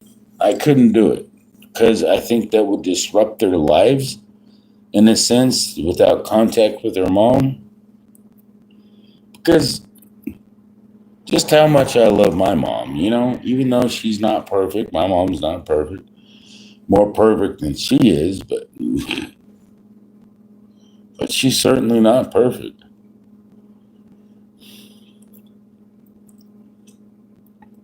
But either way, point is I know reality. I know mistakes when I see them. And I know what happened in my case. So I hope you guys realize that. I hope you guys can find it in your heart to forgive people, but don't forget what they made a mistake on, and don't hate them if they do it again. I mean, hate what they're doing and try to get them to be a part, but don't fucking trust anybody. that does not give you the understanding of what Jesus did. The basic principle of the Lord, of whatever you want to say, is just don't trust anybody that does not bring the teaching of truth. And that is what is written. And what you want, what your heart tells you. It's pretty much, your conscience will tell you you're wrong. Pretty much. So you don't need no orders. You don't need no court orders to do that. You just need a big heart. And don't even need a big heart. You can have a tiny heart and it can be big. So don't let me, I'm sorry. I'm just being honest. You don't need a big heart. You just need you need to make your soul big. So, but you'll see God probably before I do. So smile at him and I'll see God. Hopefully we all see God soon. You know, all of us that are worthy to see God's face. Wouldn't that be amazing? Because I really don't think that my mistakes now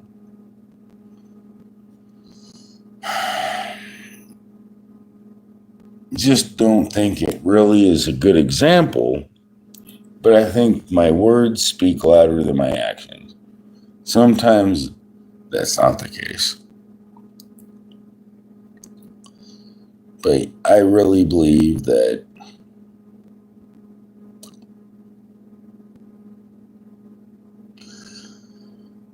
for as much as I know, I really believe it fits. Death ain't nothing but a moment after life. And birth isn't nothing but a moment before life or during it.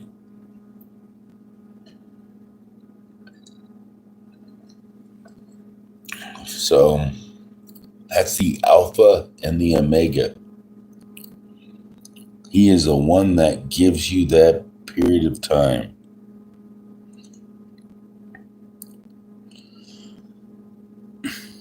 All I'm doing is I'm just asking, I'm encouraging you to, I'm hoping you're saved without that. And I think automatically you could just be lazy. But after given this knowledge, would you really want to be lazy about it? That sounds great, but I'm just going to sit here and watch YouTube all day. I don't know what you're saying, but it seems kind of something I would do. It doesn't matter.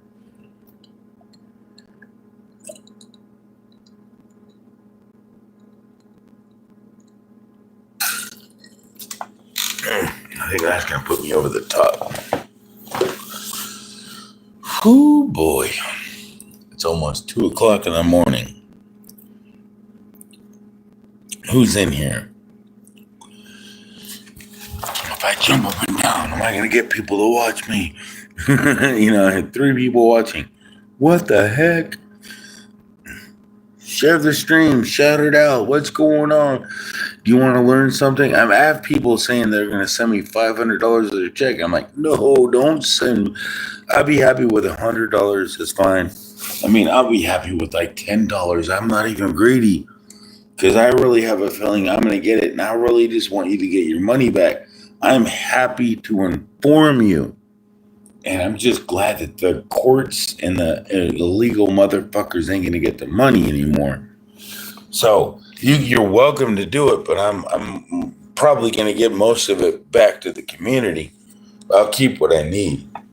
I will definitely keep what I need. I always do that. Everybody, lately, you guys have came through and saved my family money. But actually, when I need, I love you guys have been great in helping me. Like, I love that about you guys. But guess what? I'm not making any guarantees, but when I ever get Imagine when those refunds were gonna be a little bigger than the initial things.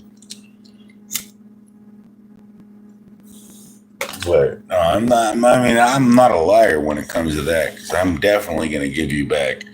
If not double, my goal is to hopefully give back double, triple, quadruple.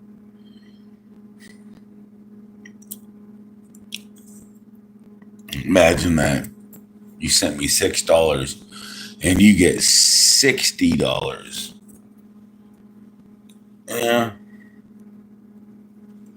I really want to make it tenfold, to be honest with you. But I don't know if it's going to leave me money to pay up my credit card.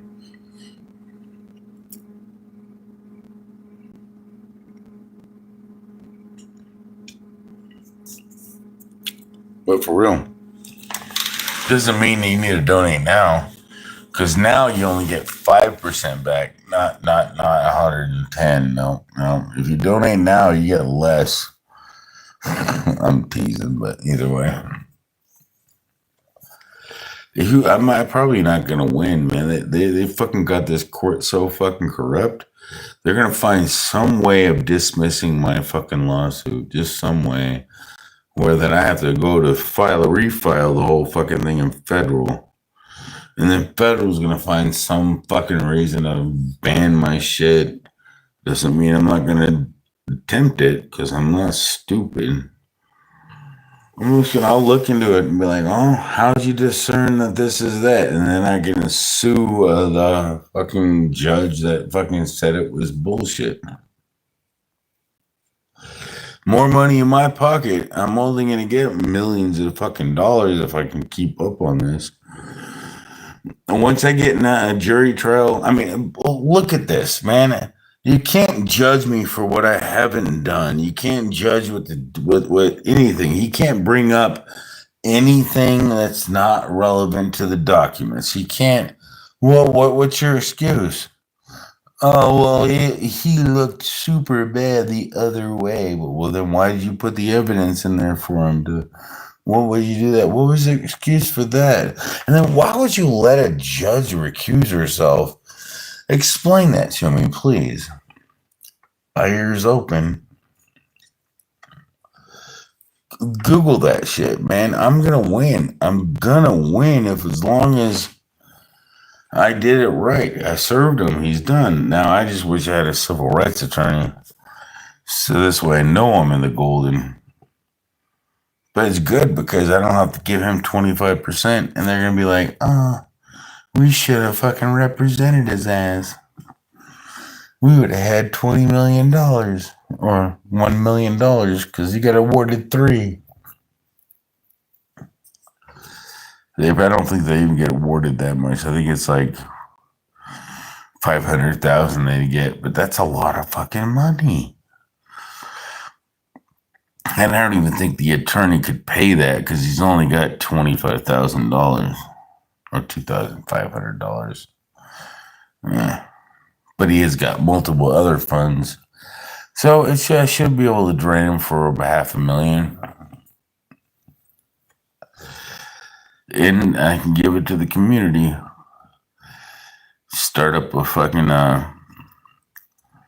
PremiereHell wake up channel. Like, hey, we're all in hell. What you going through, man? A custody battle. And just word of mouth will get me plenty of reasons to give away the money. And not only that, I don't even need an attorney. I just need to know, given the advice and listening to the scenario, I can help him. I can help him because why not? The point is, I'm not obsolete. Nobody is. Anybody starts to think computers are getting obsolete. My computer is 4 years old and it is not obsolete. It is probably better than a couple of the newer computers because it has certain aspects that you can't even utilize in the newer ones. So annoying. Just to save space, they got rid of the bullshit. Which also wiped out the back door. But I like that back door in there because I utilized it to get rid of the fucking stupid jailbreaks. But you can't, from my understanding right now, you can't install the new update and then jailbreak. So I think I'm actually fucked. I had to actually edit the file before they updated it. But the scary part about that is, even if I was, I would only be understanding it in my own thing. I'd have to be able to look at the source code of what I was doing, which I can do, real time. And that's all they did. And I can confirm it because of I can look at it now. Computer programmer shits, they literally look at what's changed. But you also got to count the fucking lum numbers on the top, and you forgot to do that. But anyways, everybody kick it back. You got to do the value number. Oh wait, you didn't do that. It really didn't change it, so that's funny. So that it didn't change it, so it didn't even matter. The authentication does definitely matter. But regardless, you guys, I'm not sitting here. I'm not gonna sit here and argue with you all fucking night long. I'm not gonna sit here and fucking tell you that your religion is wrong. Cause it's part of your life. It's part of your understanding. So hopefully I'm not pissing off the Pope. So I admire everybody for seeking the truth. I really do. I really admire it, and it's strong understandings and that you do and that you say and the knowledge that you know. But I'm going to die or I'm going to get my kids back. One or the other, I don't care. I do care. Don't get me wrong. And I'm not going to sit here and try to pretend I can control everything. I mean, once Jesus comes back, probably. But what am I going to do?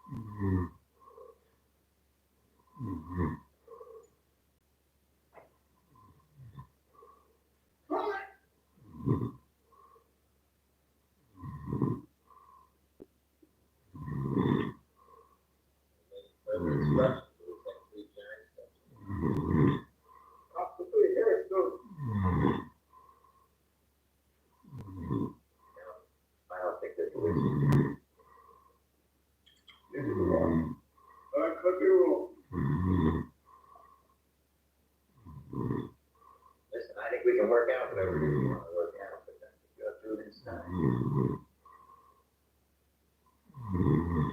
Okay. One at a time.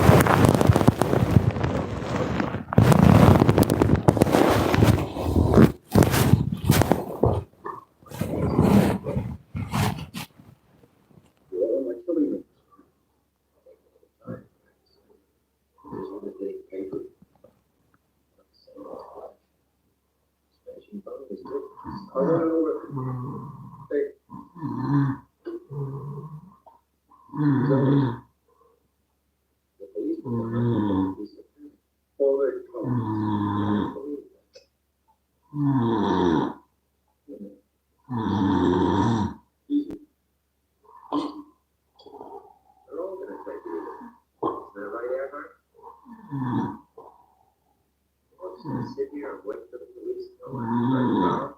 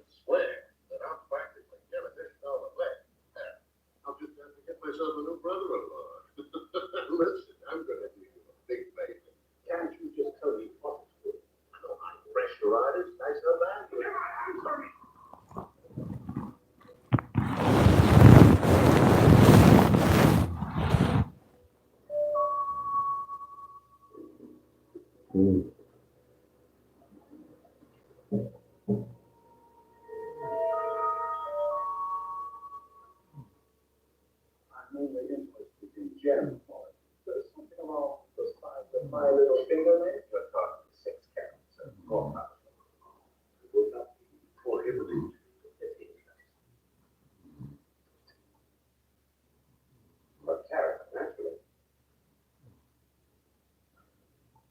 I know you. Perhaps you do. I'm pretty good at cases myself. Christopher Hess, how do you do? Christopher Hess, how do you do? Wait.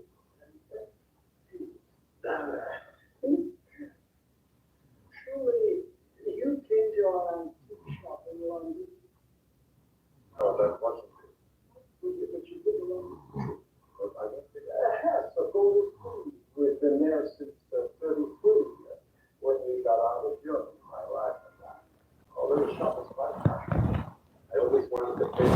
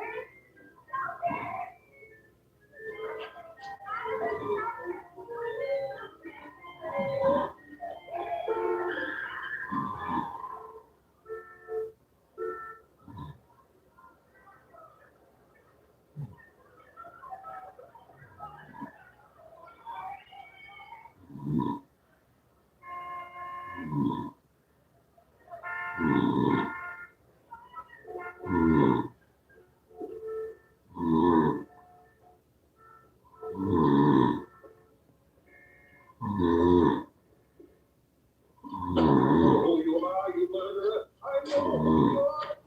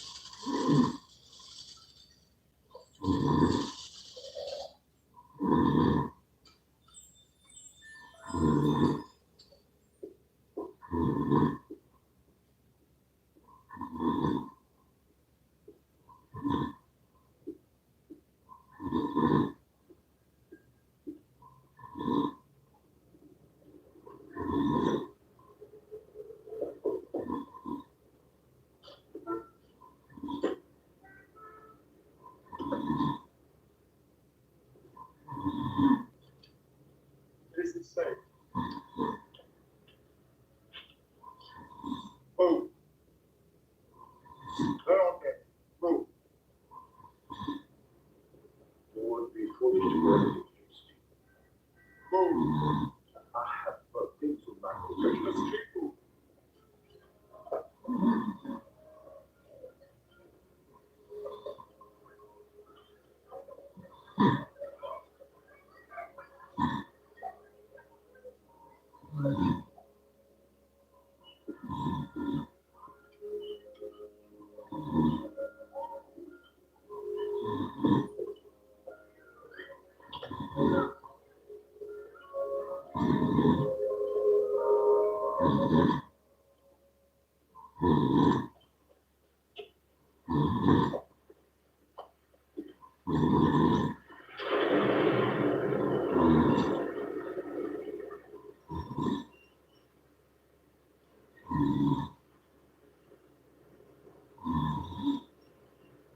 Hey, what are you guys doing here? What's the deal? A little while. Nobody allowed in here. Well, pick it up. Stop! Hurry up!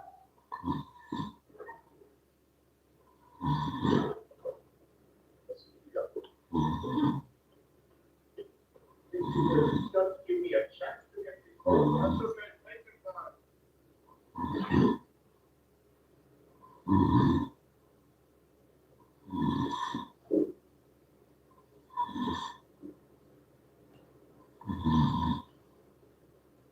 So all this happened because you were afraid you were going to be robbed? Yes. What's your worship? No.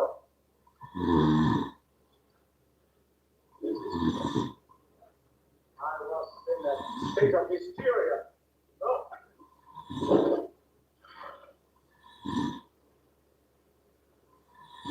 Don't you want to take a closer look at that?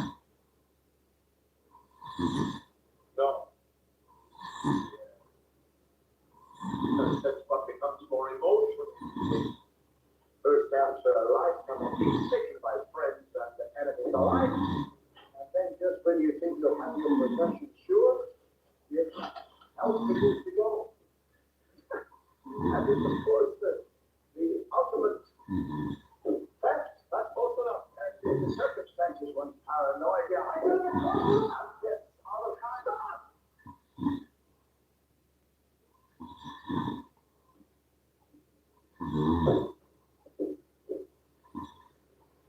Well, what are you going to do now? Shoot me? No, I don't think so. Then you are going to take peace from me. If I could say a word about that. No, you keep it. You can keep it. As many as you can swallow. Not quite sure what you said. Swallow? Yeah, swallow. Eat. That's joking. No, I don't think so.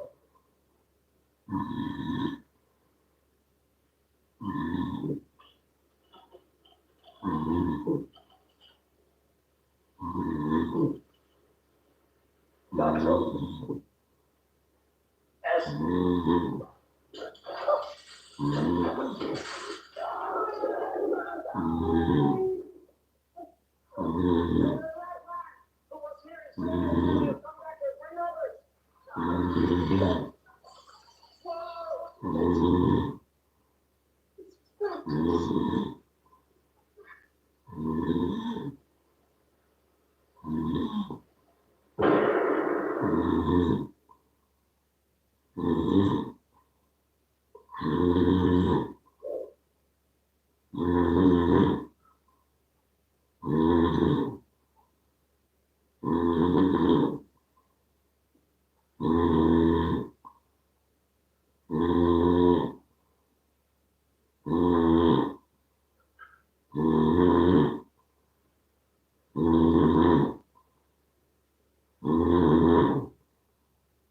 No,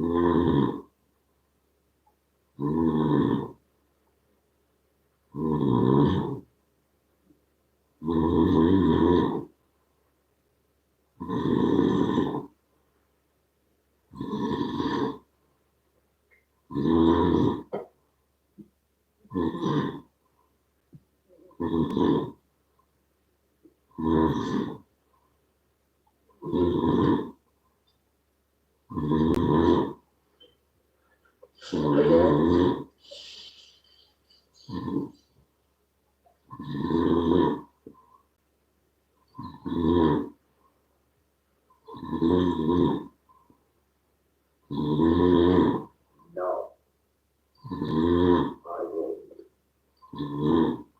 You'll have to shoot.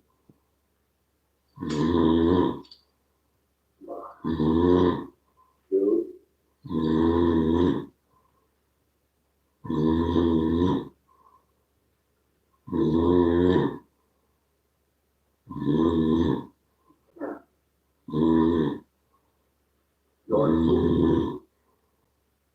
Your father was weak in his way. Your brother is weak now. You is good. You are all so difficult.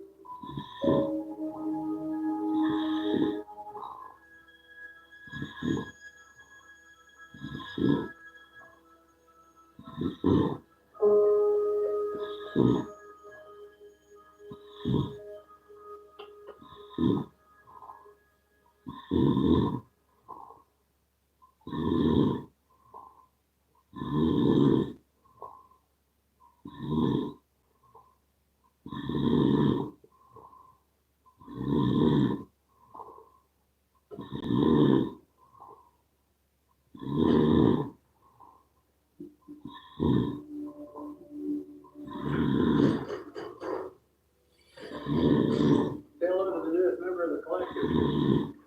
It's fairly small. Let's go. See, I have a list of enemies. Sort of touch. Take a look at that file. 0 go. Stories get trapped in campaign. Basically untouchable. So easy. Okay, come in. No. What do you want to know? Works for the DA. You want to know if you can walk free into the show. You want to go out there and do it. What they collected dead. Dead. I'll send some guys. Police do forgiveness. Judge, jury, and execution. Let's make it fall.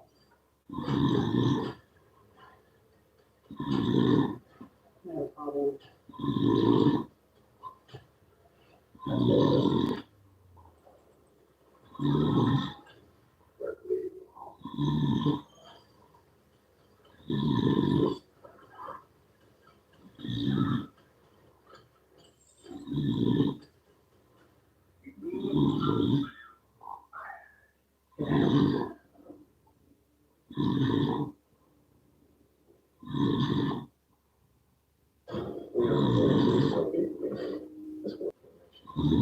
the Soviet spy they caught, we want to defend. I'm an insurance policy. Everyone deserves a defense. You want to do this? Have you represented many insurance spies? This would be a first for me. A battle is being fought between two views of the world. A battle for civilization. Destruction by failure to threaten our way of life. Nobody is safe. They got our spy pilot. They got their Soviet spy. Where do they want this to take place? Correct. I'm sure you should be treated well. So we act in there. I'm not able to do the shot. You should be careful. I say that's connect. The next least countries may could be the last one.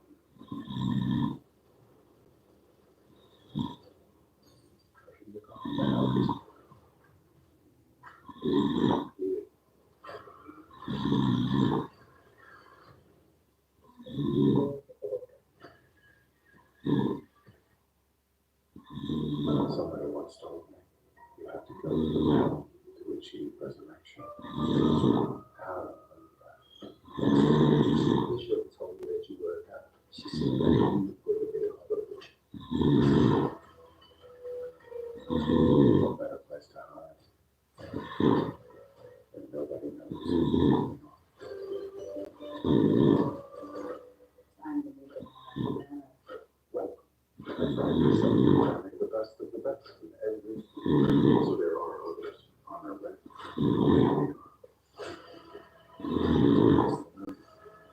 Invitation over. This is a tough patch going down. Be careful, son.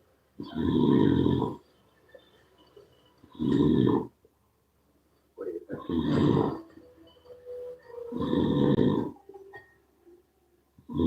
This is the movie channel extra. Would you like to plan ahead? Well, here's what's coming up tonight. And let's do something right after that. That's tonight on the movie channel extra. Movies for movie lovers.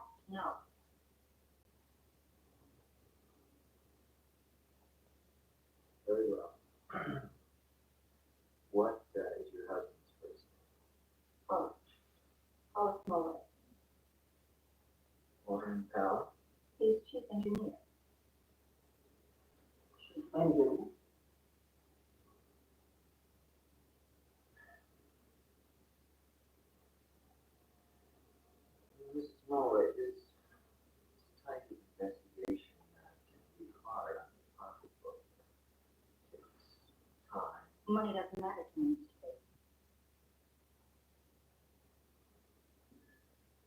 Okay, we'll see what we can do. Gentlemen, today you can walk out that door, turn right, up a streetcar, and within 25 minutes end up smack in the Pacific Ocean. Now you can swim it if you can fish it, but you can't drink it, and you can't irrigate an orange grove. Now remember, we live next door to the ocean, but we also live on the edge of a desert. Los Angeles is a desert community. Beneath this building, beneath our streets, is a desert. And without water, the dust will rise up and cover us as though we never existed. Now the Alto Valley can save us from this. And I respectfully suggest that $81.5 million is a fair price to pay to keep the desert from our streets and not on top of it. Yeah.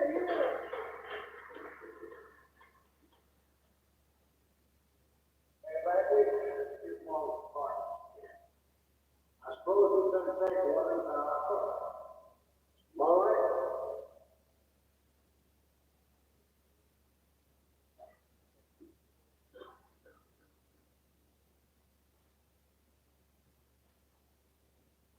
Case is forgotten, gentlemen. Over 500 lives were lost in the event of a dam gave way.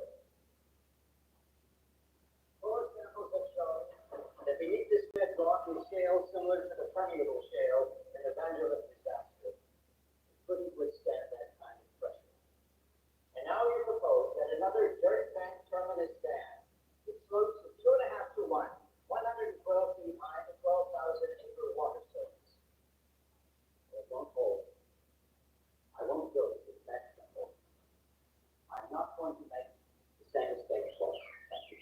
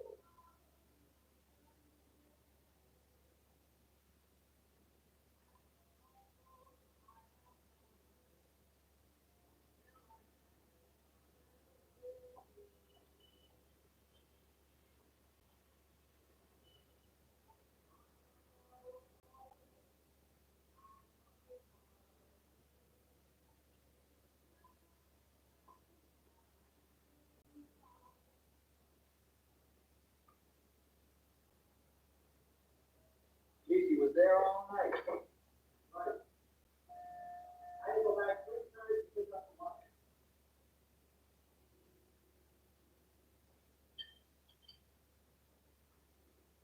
Yesterday was the free rent one, and then go over to the gas station. A guy dropped water on the place.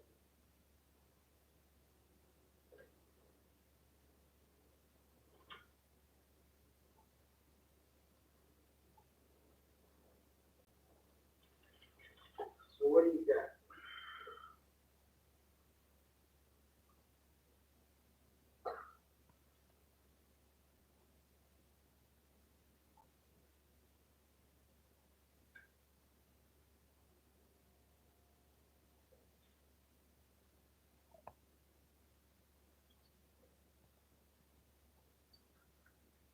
This? Well, they got into a terrific argument out that too. Listen up. I don't know, traffic was pretty loud. I heard only one thing. That's of course.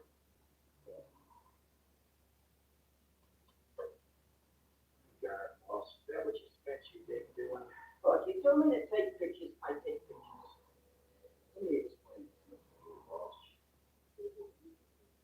Business requires a certain amount of finesse. What is it, Sophie?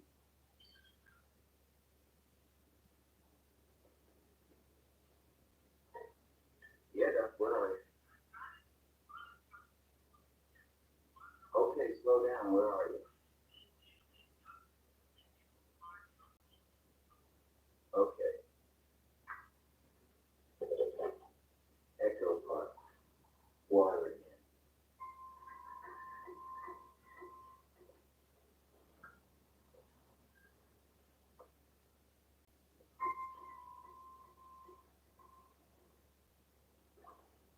Okay, pal, let's have us a big smile.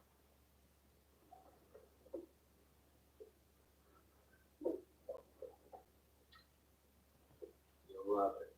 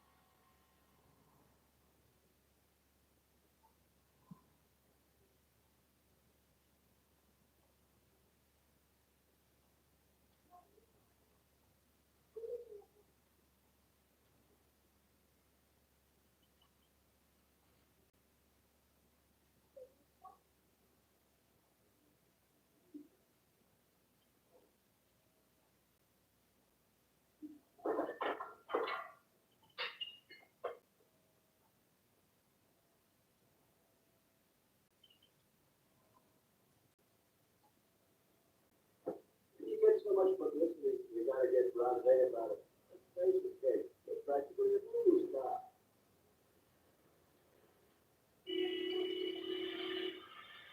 Look at that, boss. Yeah, that he's made it. Good plans and cool faces.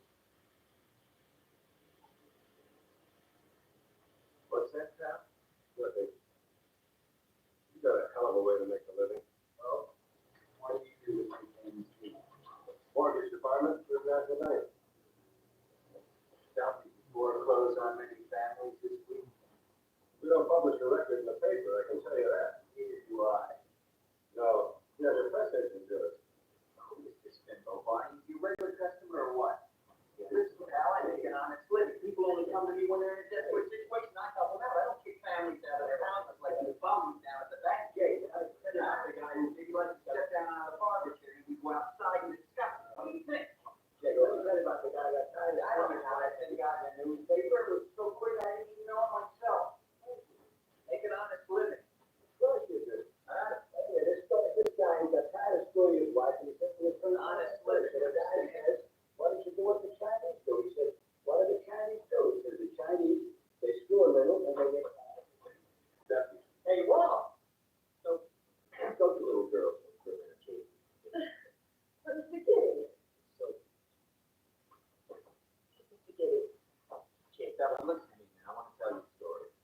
this guy won't understand. He's tired of screwing his wife. So wait a second, W. You're in such a hurry. So his friend says to him, hey, why don't you do it like the Chinese people? How do the Chinese do it? The guy says, well, the Chinese first they screw a little bit, then they stop. They go and read a little Confucius. Come back, screw a little bit more, and stop again. Go back and they screw a little bit more. Oh, just listen to me for a second. You love this. Now, then they go back and they screw a little bit more, and then they go out and contemplate the moon or something. That makes it more exciting. So now the guy goes home and starts screwing along. So he screws a little bit, and then he stops. He goes out of the room, and he goes back in, he starts screwing again. He says, excuse me for a minute, honey. He goes out and he smokes a cigarette. Now his wife is getting sore now. He comes back in the room, he starts screwing again. He gets up and starts leaving. Then they go look at the moon. She looks and says, hey, what's the matter with you? You're screwing just like a China. That's funny.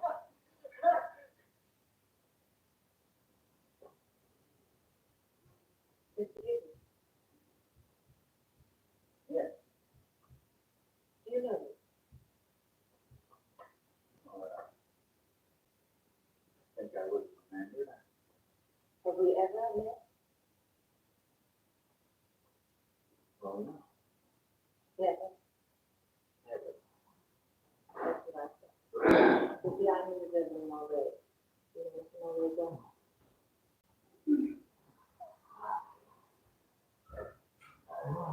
Yes, that's right. But this was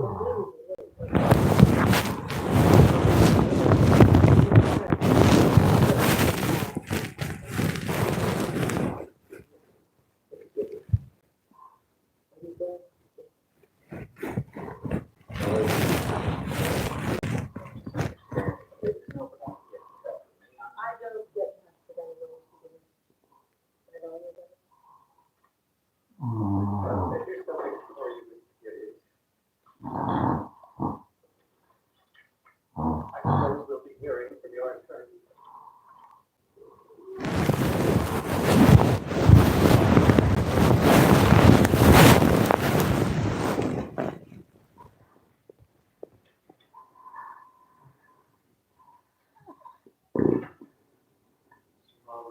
He's not here. Yes. May I ask what this is regarding?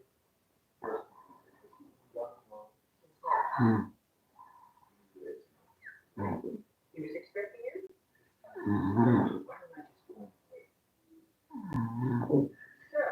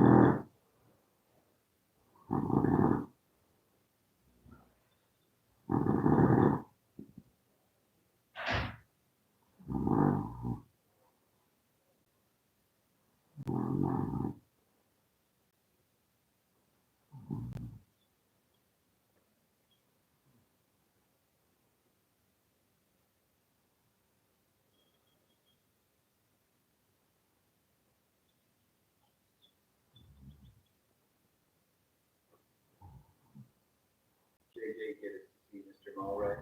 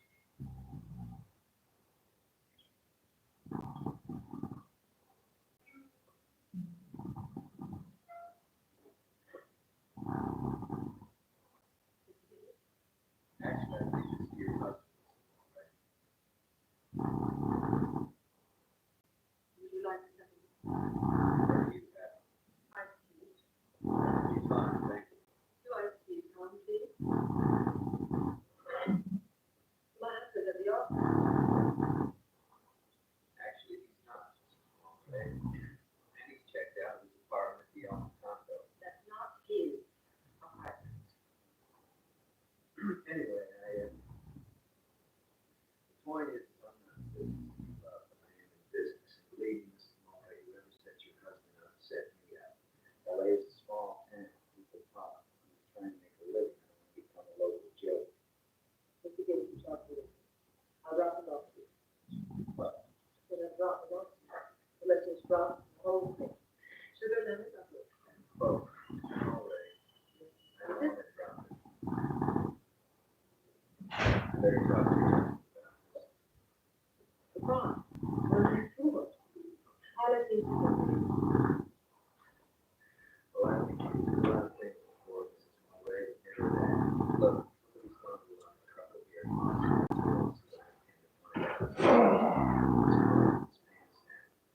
So unless it's a problem, you talk to your husband. Be a problem. Yes, we drinking, Mrs. Mulray. Well, that little girl.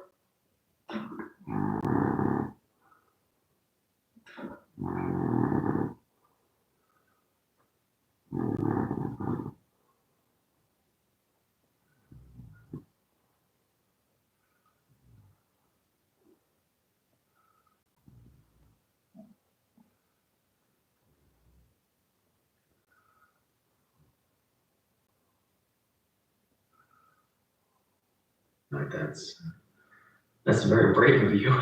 Well, kids that age, when they fall asleep, they're like little corpses. Did you have any help? Yes, 4 mothers, and they're the same 4 mothers who do everything. I can give you their names. Great, thanks. Where did you sleep? In sleeping bags on the floor, in the lobby. The aquarium people left the lights on in the big tank until midnight. It was beautiful. Just wondering, how is it that so many people could spend a night in front of a tank and not see man being eaten by sharks? When they turned the lights off, it was dark. Agent Bruce, believe me, if one of those kids had seen anything, they would all know about it by now. Why? First of all, they're blabbermouths. And second, they were all issued these disposable cameras. And they take pictures of everything. Everything.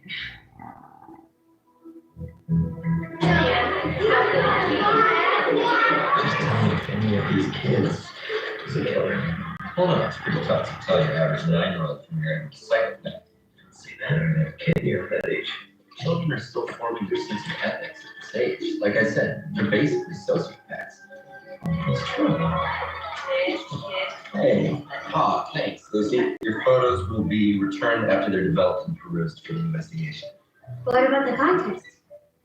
We told the kids it was a phone contest. Oh, that's good. It's better than the trauma of the murder. Good idea. Murder? No. No, photo contest. First prize, amusement park. No one said murder. Place goes to an amusement park. Go ahead.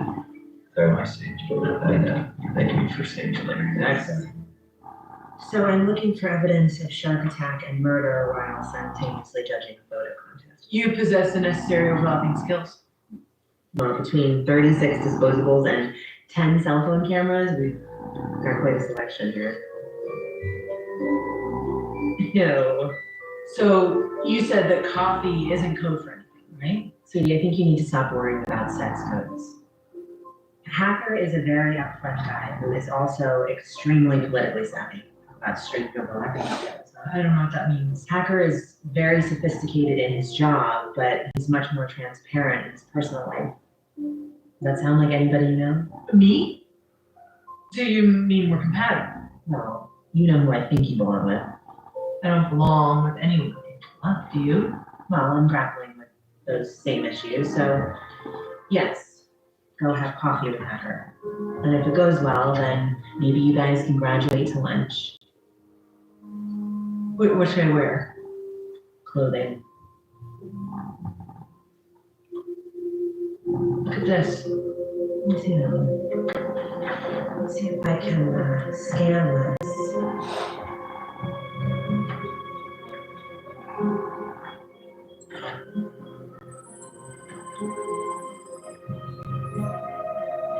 Well, it's definitely a person. That's not our victim. The proportions are wrong. But no one was supposed to be back there. At 2:38 a.m. Hodgins said that the victim died in the tank between midnight and 6 a.m. So this could definitely be our killer.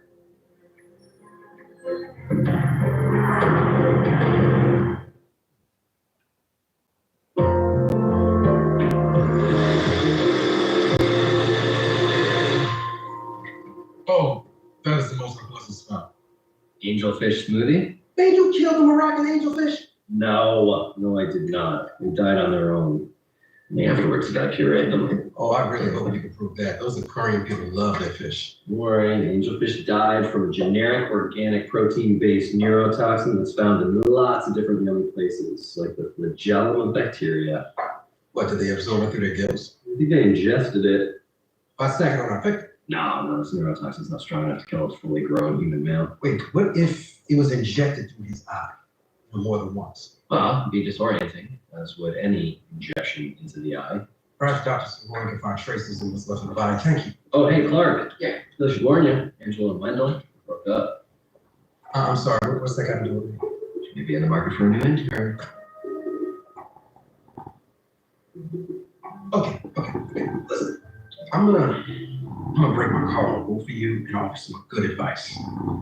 Don't do that. Do what? Channel your own frustrations into side emotions. Oh. That's a strong word. I found this for you. This is in the vacuum. Looks like an Terrell. What in cats you would call it a hairball. And this See some bone fragments within its composition. Take it, it's all yours. Thanks. Larry, This is now Dr. Hodges. thank you for breaking your cardinal rule. I'll take what you said under advisement. Good. Just know that I really don't need to know the outcome. Why can't you just lighten up the guy's face and, zoom in?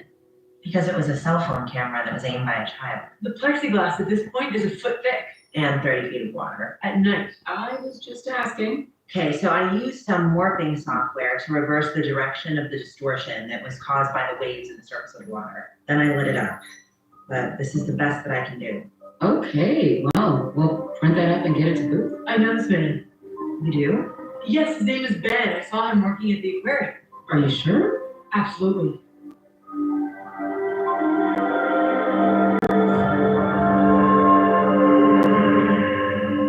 So why did you?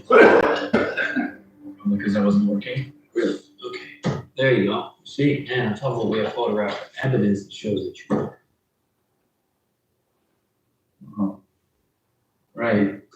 That night. Right, that night. Just a routine night at the aquarium. Then he gets murdered and then he gets fed to the sharks. I wasn't supposed to work that night, but I switched shifts. I think if I can use my own card, that happens. Doesn't matter. Fact is, you were there. So let's start this all over again, shall we, Ken? There's a check made out to you. Ben Marcus, that's you, right? For $10,000 deposited the day after the murder. I can explain that. Signed by one Dmitry Vladov. Man. Okay.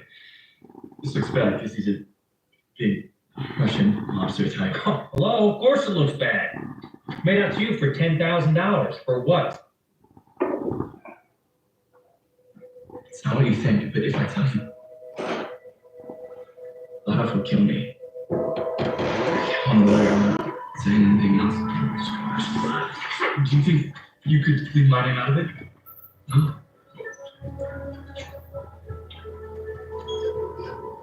Dmitry Vladov? Yeah. Vladov the Impaler paid for a hit with a check. Yeah, but I mean, why would Vladov hire an amateur? Pay by check. It's not a good sign for law enforcement. It's not a good sign for culture as a whole. You know what we have to do? Pool our money together, buy a buffalo ranch in Alberta. Oh, sir, why do I feel like you're stalling so I'm on top of this guy? I have some guess. Why? Why go out on a limb when you know it's going to break? Vladov's under surveillance by about 5 federal agencies, and nothing ever happens. So how's he get away with it? What's the Russian word for Teflon?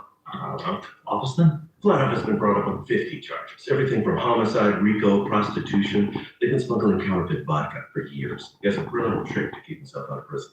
What's that? He denies doing it. It's gotten to the point where he denies something. It's his way of saying yes. Yeah, well, I'm not afraid to break this guy. You should be. You'll value your pension. You should be. Okay, well, I'm not, even when you sound like Yoda. You want me with you when you talk to him? Why? Vladov the Impaler, the nickname is self-explanatory. Not gonna handle it. Good. But I truly hope that you don't end up getting eaten by sharks because your successes have done wonders for my career.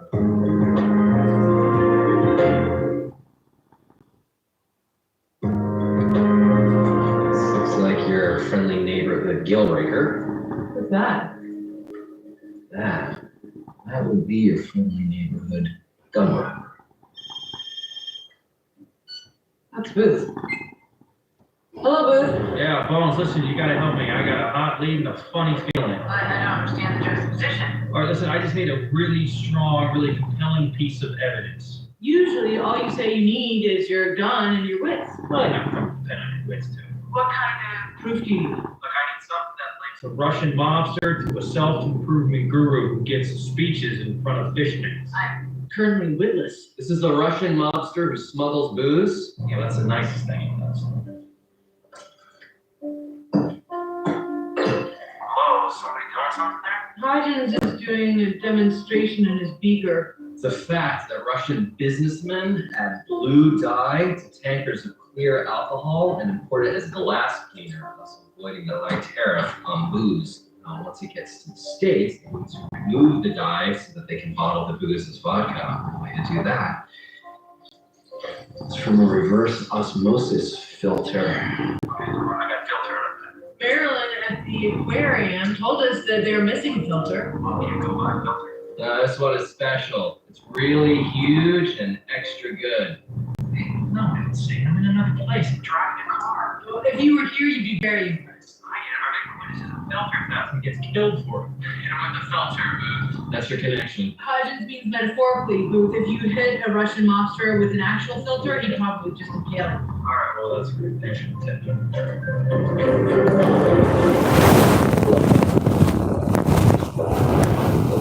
For the purposes of this conversation, importing and exporting, mostly glass cleaner. Was that 8 proof? Agent Booth, you know what you know, fine, but what we're talking about here is different. How about you tell me what it is you think I did? Then I tell you I did not do this thing, then we part ways, amicably. You know a motivational speaker by the name of Jazz Gunn? No. Silly. How about Ben Marcus? Books at the Aquarium in Atlantic. I even more vehemently deny knowing this person. Did you hire Ben Marcus to steal a filter from the giant tank? I deny this categorically.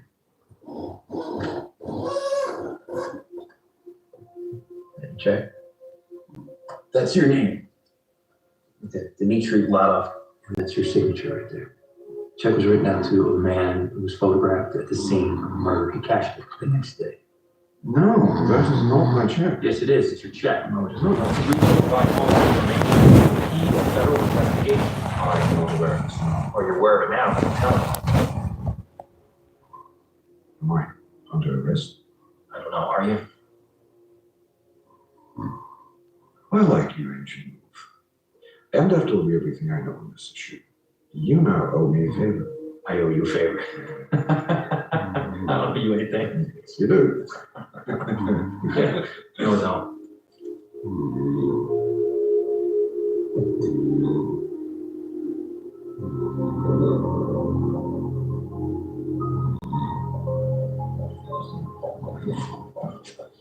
May I interest you in our final selections from the filter?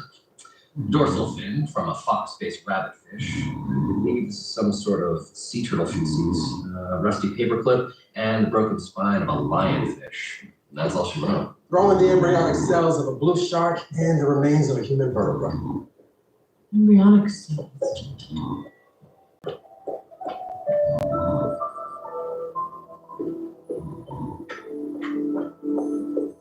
I need to see your virtual aquarium.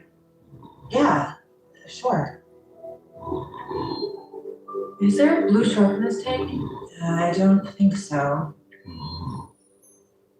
No blue shark. Well, that's not possible. How would those embryonic cells get into the tank? I mean, it's a closed system. They weren't in the tank. They were in the victim. The embryonic cells of a blue shark can be injected between the vertebrae to form an infrastructure matrix that facilitates neural transmission.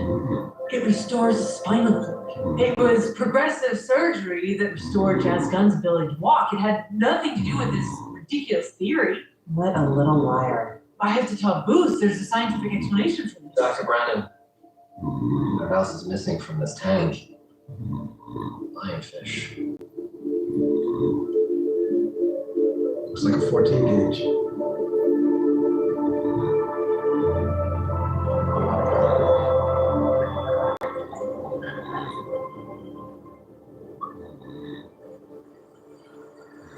Jazz Gunn was a liar. He wasn't cured by swimming in Brazil. He underwent experimental surgery. Think of all the people he misled. That's motive for murder right there. Is this what you're looking for? The edge of this tank is damaged. Still holds water. We're on a tight budget around here. This explains the cleft fracture on the victim's styloid process. Oh, you lost me, Bones. The lionfish protects itself with venomous spines containing the same neurotoxin that stung their victim prior to his death. So no hypodermic needle. No, there were several spines from one venomous fish all coming into contact with the victim's face at the same time. So this fish stabbed him in the eye. That is consistent with the wounds, yes. That's the only lionfish you have here? That's it. Terrorists sends a knockdown. I call it Bob. Bob is our murderer.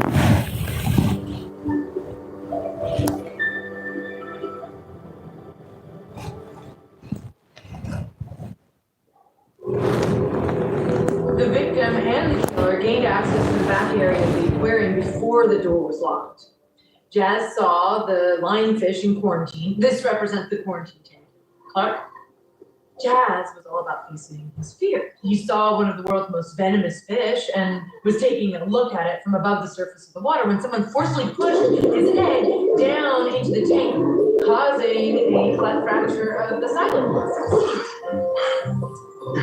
We used to do that in junior high. Used the toilet. This man died of a lionfish swirling. Yeah.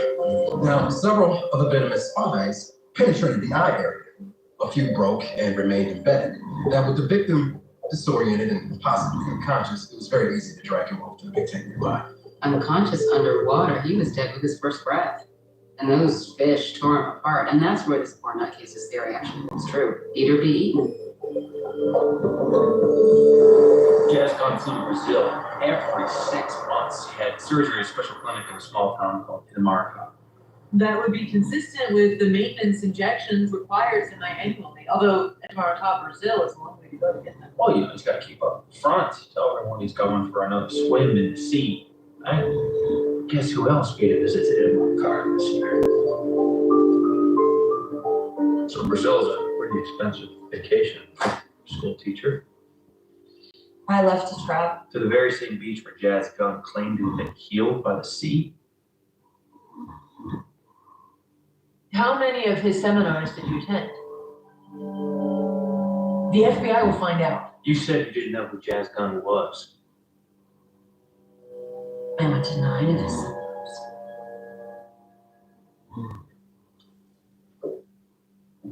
I have fibromyalgia.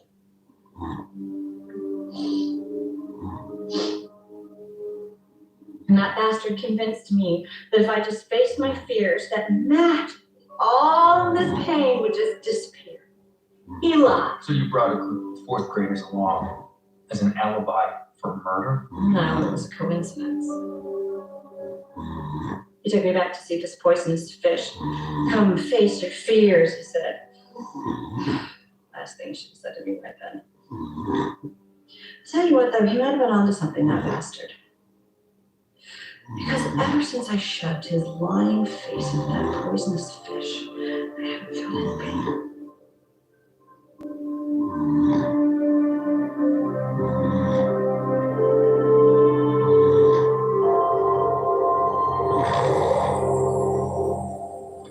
I'm going to have coffee with Andrew. Have a good time.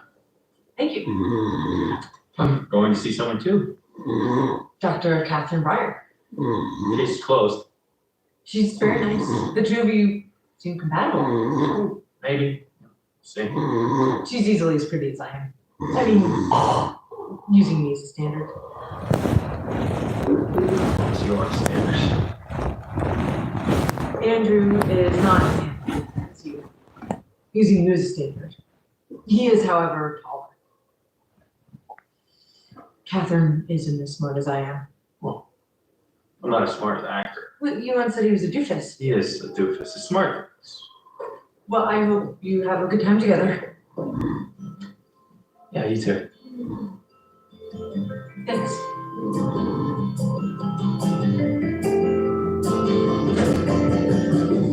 There's only so much you can say before it all just dissipates. You see, there's only so much you can take. I hope I'm one of those things. I hope you never leave me.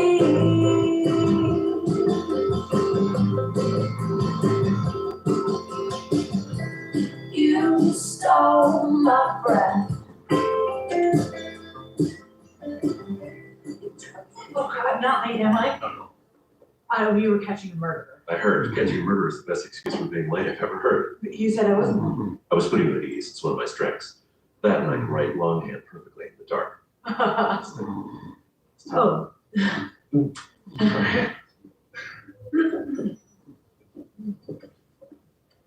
Congratulations on solving murder. Yes, now Booth can have sex with Dr. Breyer. Because she was involved in the investigation, and the FBI does not allow socialization with suspects or consultants. And while she's both. Oh my God. Andrew, are you allowed to see me socially? Absolutely, I got clearance. From whom? For myself. In fact, I not only granted permission, I insisted that I see you socially. It's funny because you're satirizing bureaucratic rules by adhering to the letter of the regulations instead of the spirit of it. You did a great job. You too. It's a rat pack plan. I don't know what that means. You don't know about the rat pack? That's awesome. Why? The Rat Pack does not sound like a good thing. Because you will not be able to resist the man who showed you that the rat pack is a good thing. Okay.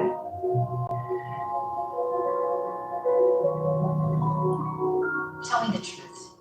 Did you think, even for a second, that I might be the murderer? No. I may not know who did commit the murder, but I definitely know who didn't. Yeah, I know, you're a scientist, so that whole intuition thing is just a load of crap, right? I have an intuition about you. Really? Mm-hmm. It tells me that you could use some company. Oh, I could use some company. Really? I make you laugh, you make me laugh. You're gonna make me laugh.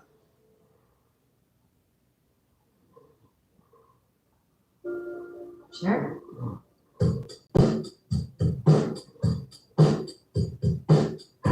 Contact with a friend, a long time, but it's never quite the same. Angela and Hodgins find the fish tank to be very romantic. Mystery of the deep. The great unknown. It's a body of enclosed water filled with aquatic ectothermic vertebrates. Not unknown at all, but pretty. Maybe that's what they like. Yeah. That's probably what it is. I bet that's what it is. So, your date, how was that? Oh, quite enjoyable. Andrew is charming, very funny. I can see you're still smiling. What about you and Catherine? Did you have a good time? Yeah. Laughed. A lot. Felt good. I'm gonna see her again. Excellent. You deserve a good woman, Booth. So you once, I mean, not a woman, but I know. I know. Yeah. So, what did you laugh about? Something about her earrings. She wore amusing earrings. No, she said that they were a guess and she knew that they were real because no one would buy big diamonds that small. They might if they were on a tight budget. No. It's, yeah, it doesn't matter. Never mind. You had to be there. Andrew is going to introduce me to a rat pack. He was very excited about it. They must be extraordinary rodents. Yeah. Talented too. Do you know them?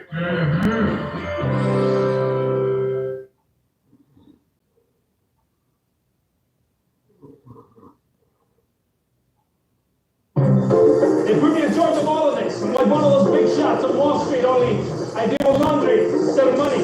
Wow! How many people know it? But this is the nerve center of the entire hotel. Well, I would have thought it would be room service. No way, proper washing at this volume depends on water quality, police concentration, time, and of course, agitation and heat. Agitation and heat, yeah. I definitely got that. We're gonna be late for dinner. I'll put the reservations. Check this baby out.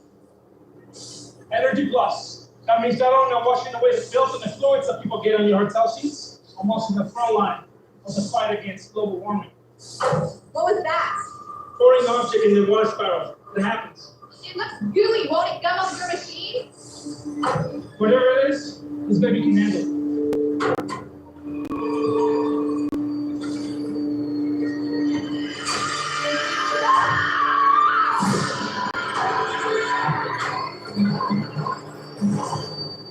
So the only way the body could have gotten down here is if someone threw it down the laundry chute. Well, that would seem to suggest homicide. Yes, it would. Is that a new tie? Yeah, I guess it is. You like it? Well, I'm not sure why you'd want to wear frolicking cetaceans around your neck. Well, because Catherine got it. You look like they're little pulses. I'm reading about allergists. Yeah, it was a present. Interesting. Well, what do you mean, interesting? Check this out. Good luck on the ID. Too bad they didn't do them on the delicate cycle, huh? Well, obviously the manufacturers didn't anticipate human remains. You know, according to the laundry guy, the body could have been sitting in the pile of 30 sheets for 2 days before it got thrown into the wash. Well, the heat in here would have sped up decomp. Look out, I'm going in. Judging by the concavity of the rib end, the victim was middle-aged. Dismemberment occurred post-mortem, most likely during the spin cycle. What's so interesting about the tie? A gift is a social contract, a basic anthropological construct. By giving you the tie, Catherine has entered into a social contract. Really? Fabric softener has permeated the soft tissue. Everything's swollen. Speaking of social contracts, do you like your gynecologist? She's extremely competent, yes, but I don't think she's accepting new patients. I thought you were happy with Dr. Oxenberg. All right, listen, can you two just save the lady part discussion for when I'm not here? Dr. Oxenberg moved to California, and I am looking for a doctor for Michelle. She's at that age, you know? No. We're not going to be discussing your daughter's sex life. Because A, she's a good girl, she doesn't have sex, and B, you're touching a dead body. I don't follow you much. I'm always touching a dead body, Celie. If I let that be a barrier to conversation, I would. Oh, okay, can someone just please remove the eyeball? Oh, this is not an eyeball. What is it? I'll put it this way, our victim was male. Would you rather us go back to talking about lady parts?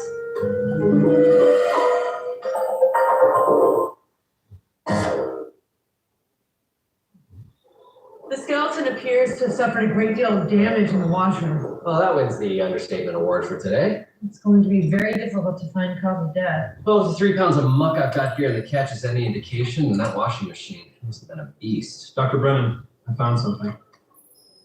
Right here at the junction of the maxilla and palatine. A bullet wound? Like a shot? The hole was a result of surgery, not a gunshot. Most likely for oral cancer. There's also bone degeneration on the mandible. Our victim was probably a cigar smoker. Anything else? Condom. Unused. Never mind. I also found a number of fully remodeled fractures.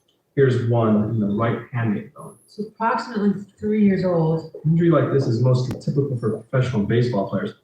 The great Tony Pena suffered a similar fracture. 0 for 11 as a utility infielder before being traded by the Royals to the White Sox after successful surgery to repair his hamate. Oh, and our all-American Muslim drives in a run. Nice one there, Stu. Thank you.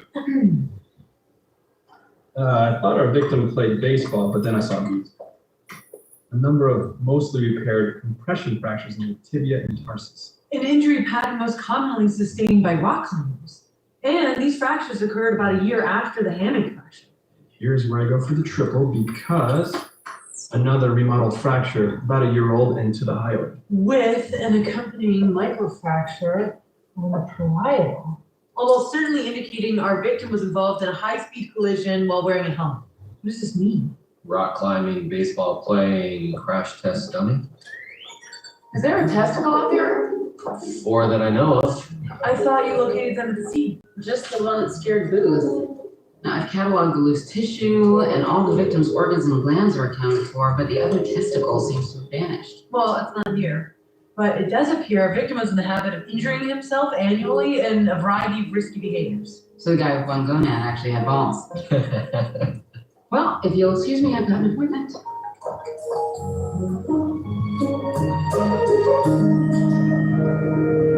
you're telling us you're looking for a cigar-smoking thrill seeker missing one of the family jewels? That's correct. You know, stereotypical male behavior, such as cigar smoking and risk-taking, could be a form of overcompensation in a man who's born with only one testicle. I could write him a profile. There's no reason to assume the victim was born with that one. He could just as easily have lost it in one of his dangerous pursuits. If a testicle is severely twisted or degloved, it almost always necessitates removal. In the case of penetrating trauma, it No. You think we can go 20 minutes on this case without talking about testicles, please? Okay. Booth has made a social contract with a marine biologist. Sorry? It's amazing you go from injured testicles to the woman I'm dating. And you're supposed to say, oh, that's interesting, very annoying. It was a logical transition. But it is very interesting. Booth and I are friends. Catherine is an intelligent, attractive woman, and I'm intrigued by their developing relationship. Yeah, that's nice. I think. Yeah, I think it is nice. Thank you, Bones. Wow, you two seem to be handling dating very well. I'm impressed. Well, you've known me for 2 years, Sweets. You should expect to be impressed by me.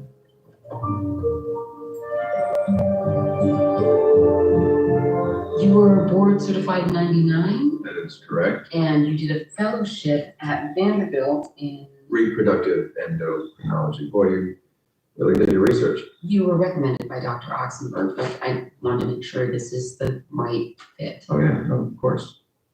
Do you consider yourself easy to talk to, especially about delicate topics like someone's first time having sex? Their first time with a new partner? No, their first time losing virginity. Oh. Well, yes, of course, I'd be very sensitive with that topic, especially if the delay in sexual maturity was due to some sort of trauma or negative conditioning. Trauma, my God, why would you bring up trauma? Well, when an adult woman, such as yourself, forgoes sexual activity, there are often deeper issues at play.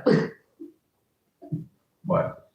There's been a misunderstanding here. I'm looking for a gynecologist for my daughter, who's 16. Oh, great. I mean, yeah, that just makes more sense. I deal with a lot of teenagers, and they feel very comfortable with me because they know they're free to speak about anything, and it will remain confidential. Excellent. Well, obviously, you're respectful and highly qualified. I think this will work. I'm glad. You and your husband can feel confident that I will treat your daughter with the utmost care and consideration. Thank you. Actually, I don't have a husband. Michelle's my adoptive daughter. Oh, I see. So, thank you, Dr. Lindner. Paul, please. You can just call me Paul. Paul.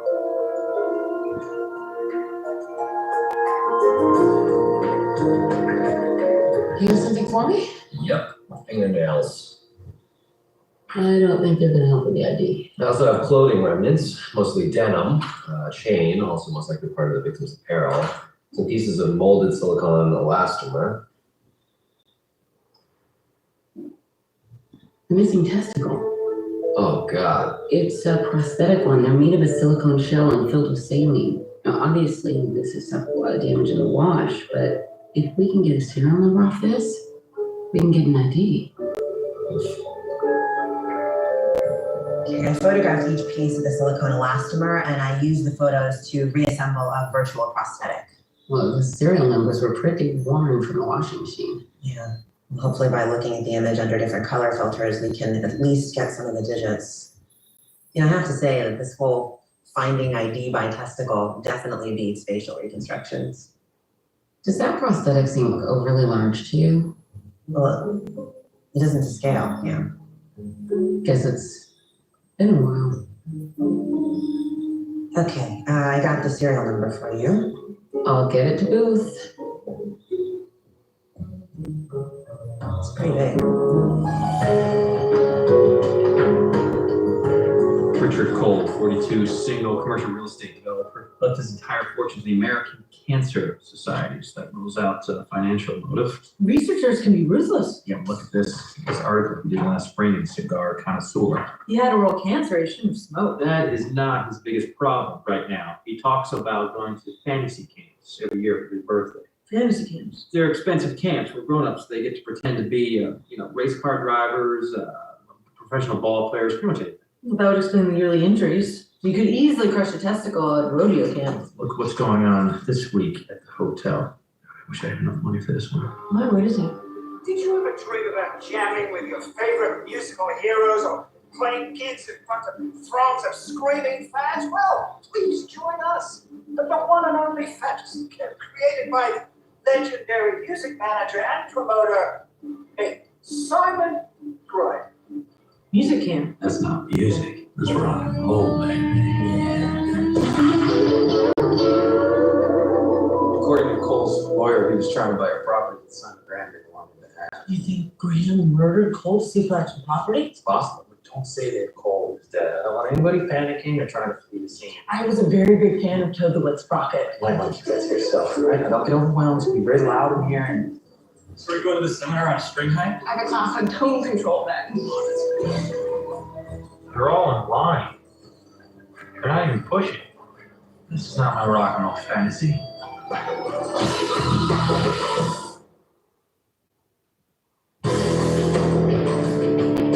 No, this can't be right. Rock and roll's not about seminars. Come on, people. Does anybody remember laughter? Hey, I remember. Zeppelin, man. Dude, you can lose the tie around here. Well, he likes it. It's a gift from a woman. FBI Special Agency in the booth. After get you anything? A subscription to Latham's Quarterly. Sexy. Can I help you guys with something? You know, because I really don't want to be late for class. I paid a fortune to be at this camp. You ever look for Simon Graham? Things near the stage. Walk this way. Aerosmith. Hey, you know your music. This is BB. I'm GM. Is something wrong? It's about one of your campmates, Richard Cole. Cole? He hasn't been around for a couple of days. You probably got tired of fighting with Simon. Really? Simon's in there. Eric Dalton is starting his workshop. What? Eric Dalton is here? Boss, this is more like it. Dude, just give me a minute, huh?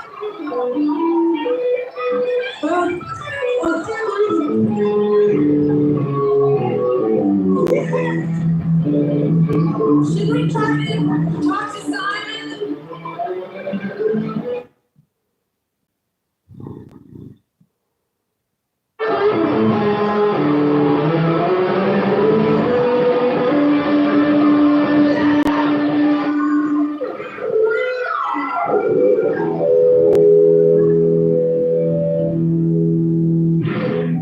I've identified 83 injuries to the skeleton that occurred either at the time of death or in the washing machine.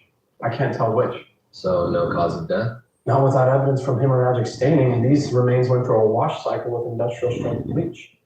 I was pitching a no-hitter, and now I can't find the plate. This baseball thing. You allowed to play? No, lacrosse strictly forbids baseball, lacrosse, of course, and board games with hungry hippos. It's a yes, with an additional comment on my ignorance. I was a state all-star in high school. I even got scouted by a couple of farm teams. Hey. Yeah, I still play on the weekends. My mosque is in the league. We play against churches and synagogues. You should join us sometime. Oh, come on, man. I can't be on an all-Muslim team. I'm a lapsed Episcopalian. No, every team has a few ringers. The Jews have a Unitarian batting 400. Really? Huh. Never tried to beat the infidels before. As long as you find something in your washer group that helps me determine cause of death, you can play shortstop. You're on.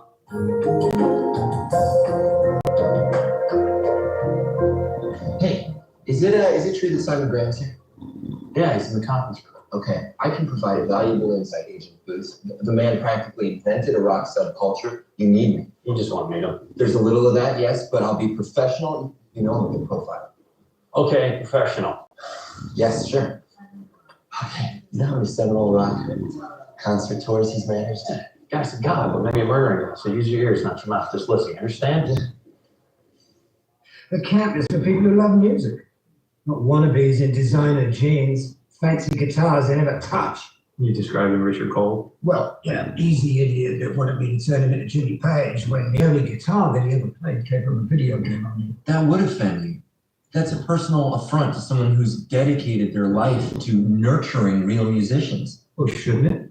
What can you tell me about the stockyard? Oh, it's a famous rock club in downtown Baltimore. All the greats used to play there. Mr. Graham used to run it in the 80s. You weren't asking me.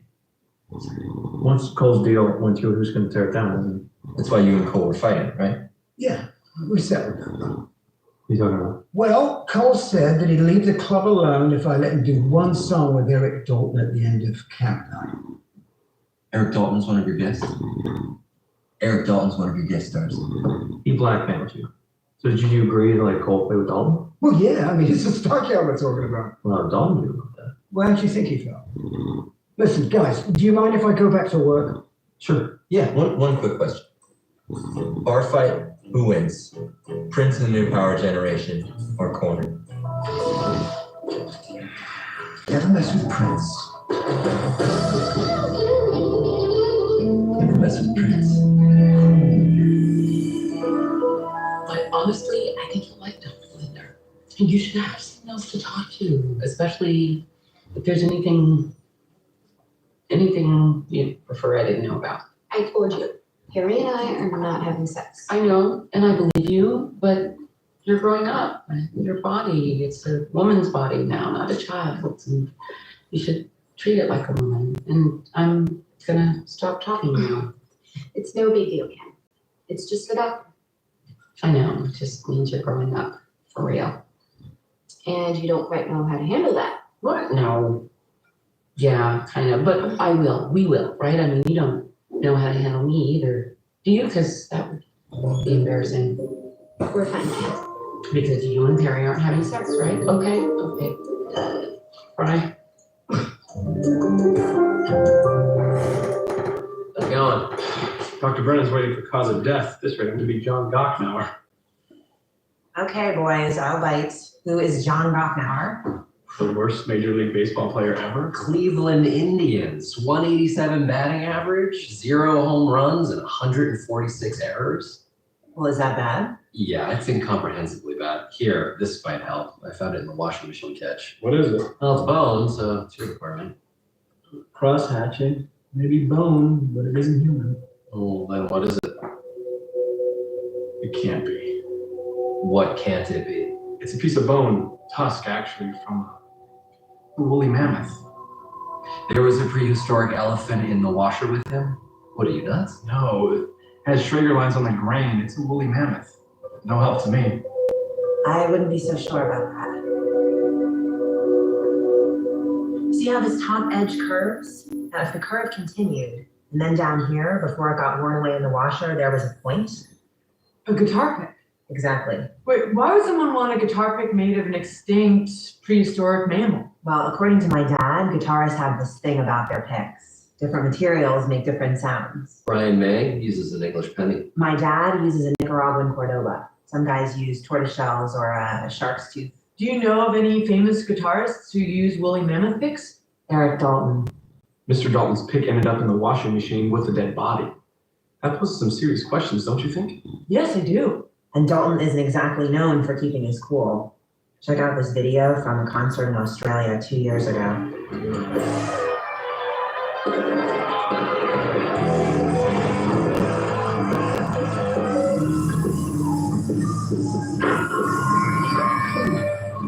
This guy's got a seriously short fuse.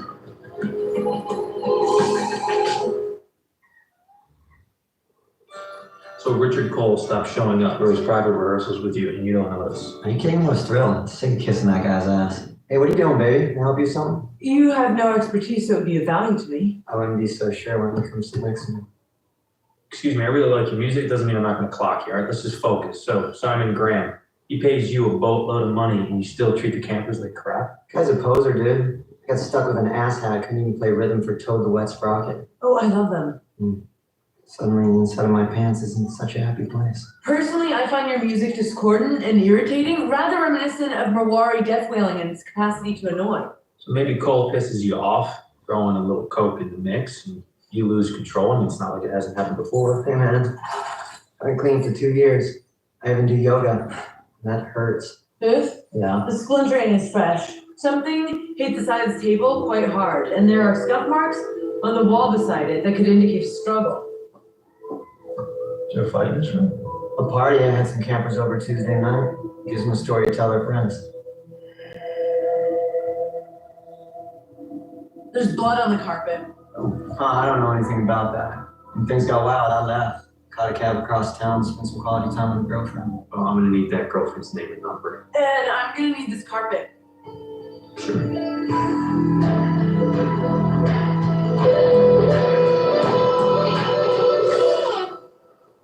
Hey, how'd it go? Fine. You really didn't need to come with me. No, well, I just wanted to make sure you were comfortable.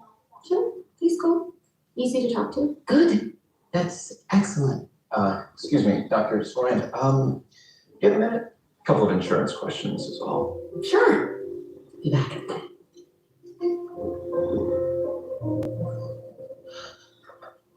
Is there a problem with Michelle? No. She's great, in perfect health. And she spoke to you about things. Confidential things, yeah. I can tell you she's a wonderful girl. But that's not why I wanted to talk to you. Right, insurance. Not about insurance either, no. Now I'm stumped. I just thought Would it be weird if I asked you to go out with me sometime? Yes, that would be weird. Of course, very weird. Yeah, right? It is weird. Totally weird. But I would say yes. Really? That's great. Does that mean you're asking? Oh, I'm sorry, excuse me. Work, I've gotta go. Oh, I am though. What? Asking. I'll call you. I would like that.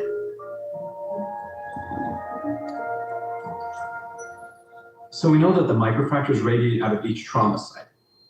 These microfractures expand until they run into other radiating fractures, which were created by earlier trauma wounds. Now, the trick is to separate out those points of trauma where the radiating microfractures just keep going because there were no earlier fractures to cross paths with. In this way, we can identify the perimortem fractures and therefore determine that the cause of death was trauma to skull and chest cavity. Cole was beaten to death. Excellent work. Thank you. And Angela, of course, of the play, right? Yeah. I assume you were talking about baseball again, although I have no idea why. Well, it's baseball season, sweetie. This is when boys like to hit balls with sticks when the snow melts. I don't know why.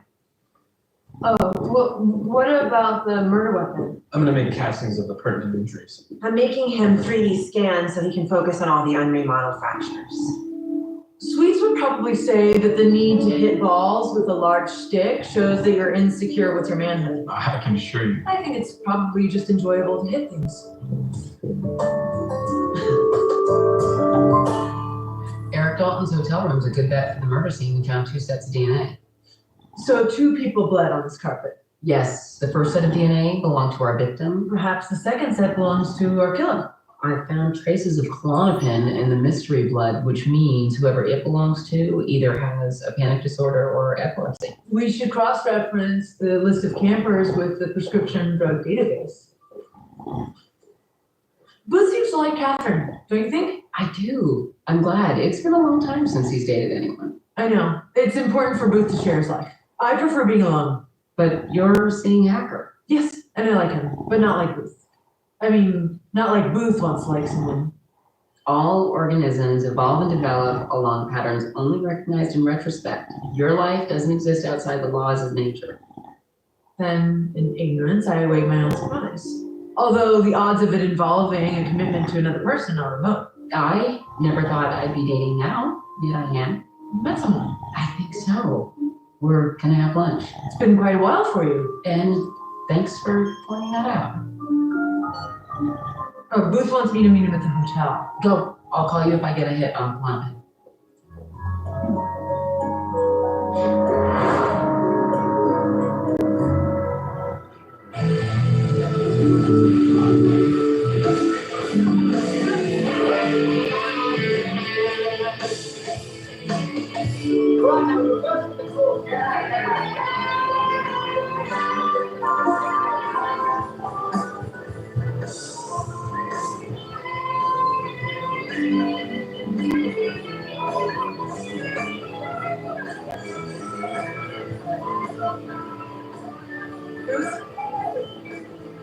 I'm not sure this is a worthwhile use of our time. Why? I'm still waiting for an idea of the blood, right? I mean, I'm a few minutes somewhere. This is pathetic, Bruce. Pretending to be something you're not, it's dilettante.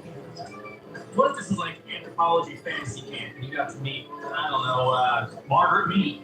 She said. Who do you want to meet? Me? You? Yes, if I were an anthropology enthusiast, I'd want to go to fantasy camp to meet me. Oh, come on, let's play along. It's rock and roll fantasy camp. It's cool, right? Yeah, that is our song. Remember Hot Blood? Look, the last time we sang this song, Bruce, someone tried to kill you. Yeah, but it was going to the blast, right? Come on. Hot Blood and Chicken Sea. Wait a second, you play the guitar? Well, I play the conting, the folk flute of the Jola tribe, but the guitar is nothing similar.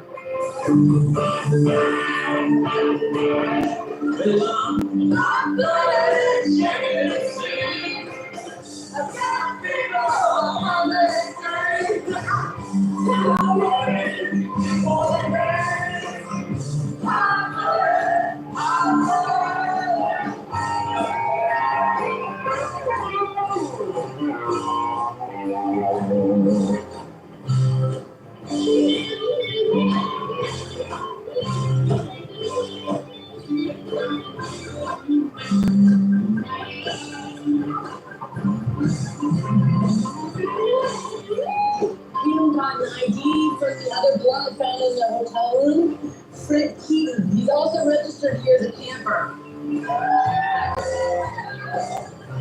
One more verse.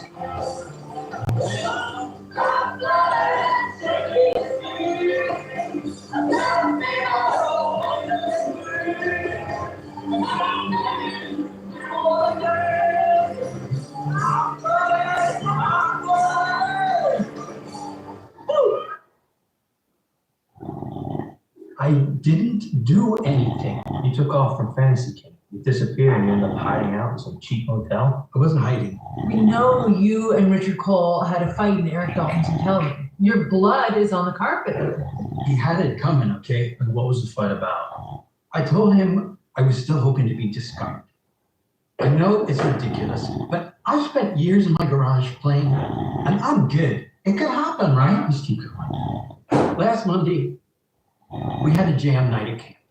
This guy came up to me and told me he's with Rolling Stone. Told me my guitar playing is amazing. He's going to include me in an article called 100 Best Guitarists You've Never Heard of. Oh, that sounds like a good thing. Not so good, I guess. Huh? Then these girls come up. Told me I'm going to be a star. Asked if they could keep me company for 4 hours. What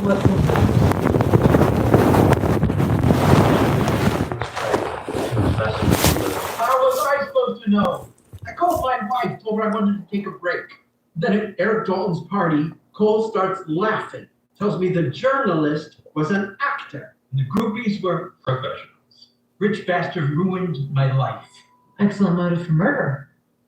What are you talking about? Richard Cole's dead, and I'm thinking you killed him and took off. No! I left to do damage control. My wife won't even let me in the front door. She wouldn't even talk to me. Look. What you did to me, you deserved it. Angela scanned the castings I made of the fatal murder so we can get a better sense of the murder weapon. Yeah, and I cleaned up the edges, and these are the shapes that caused the injury. Cam said the blood spatter analysis didn't show any drag marks on the carpet from Dalton's hotel room. Which means the Cole wasn't killed there. No two of the injuries share the same impact surface area. I know. So it appears the guy was hit with various weapons that were each used once. Or he was hit multiple times by a weapon with a variety of surface shapes. Well, this could be a tailpiece. What? And that could be a tremolo arm, which means that it binds it in strings. Wait a minute.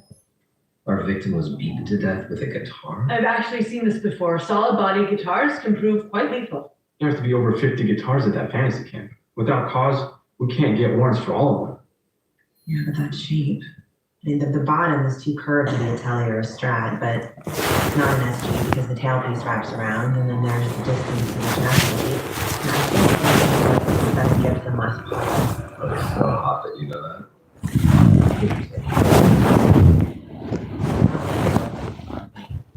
Do you know the expensive ones? How expensive? I'd say our victim was beaten to death by about $250,000.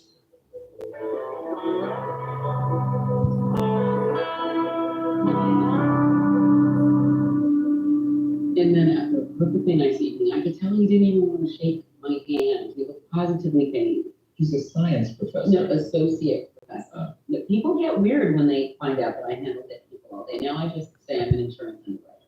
Oh, good one. Mm-hmm. I'm an accountant. No. Oh, yeah. No one wants to talk about work with an accountant or an insurance underwriter. Except other accountants or underwriters. Mm. So do we share any other data subjects? I can make a coin disappear and come out of your ear. Oh, I hate magic, I'm sorry. Yeah, me too. But it always worked for my Uncle Dave. Of course, he was in a nursing home. Am I smiling like a fool? Because that would be embarrassing. No, you look beautiful, embarrassed. Then I'll keep smiling.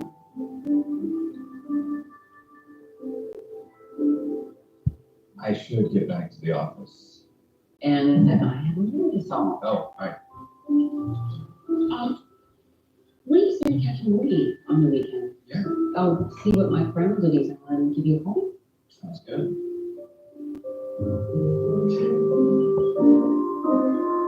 Remember Simon told us that Cole showed the camp with fancy guitars? Yeah, he wasn't kidding. 57 Gibson Les Paul. Well, disappeared at the same time that Cole did. He was killed for his guitar. All we know is he was killed with his guitar. with the 57 Gibson Les Paul. That's like whacking someone with the Mona Lisa. I got agents checking out dealers in the area, so you can try to sell it. Well, unless the killer destroyed it. Killing something like that would be like killing Altamont or Smells Like Teen Spirit. You know, the guitar has long been recognized as an unconscious symbol of copulation. The head of the shaft are phallic, the body covered. Maybe someone just wanted to with you. Yeah. This hit dealer in DC got the guitar, said it was brought in by a woman with a pierced eyebrow. Whatever. Jimi Hendrix choked to death on his own vomit. But the autopsy was inconsistent, and Hendrix's manager confessed to shoving pills and red wine down his throat, hoping to cash in on an insurance policy. Wow, you really know your rock and roll dance. Oh, hi again. Yeah, I guess I do. We need you to come with us. What for? Well, we have some unanswered questions about Kurt Cobain's death, and maybe you can give us some insight. Seriously? Well, I believe he's being ironic, but if you do have information about this Cobain person, I'm sure the FBI would appreciate that too. Thanks.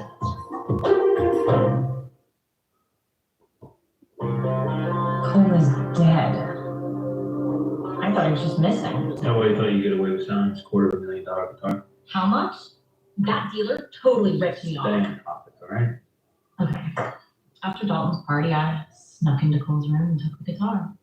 He was sitting on the stand all polished. He usually gets filthy. I don't know why he suddenly gave a crap about it. How'd you get in? I had a key. We hooked up the first night of camp. You know, after all the loser musicians I dated, I thought I'd finally met a decent guy, but What happened? Cole told me that he was planning on sleeping with every woman at camp as part of his own rock and roll fantasy. He thanked me for being such low-hanging fruit. So you killed him and you stole his guitar. He was a poser. He didn't deserve that guitar. Look, I know it was wrong to take it, but I swear to God, I didn't kill him.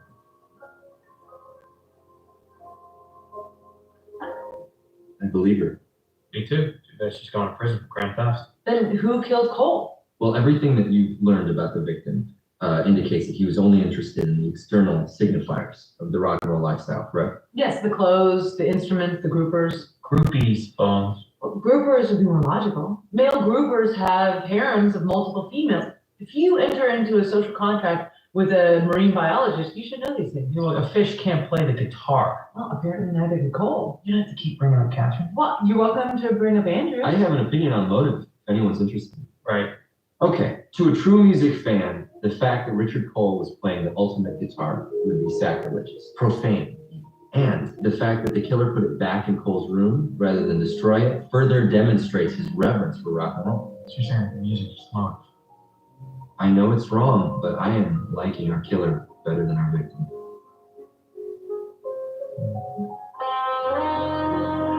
This is gorgeous. Oh, I wish my dad was here. No prints, other than those of the dealer. Killer did an excellent cleaning job. Take it apart, see if they missed anything. Okay, I'm not gonna touch that. I'll do it in the Uki room. There's Sue. I'll help here.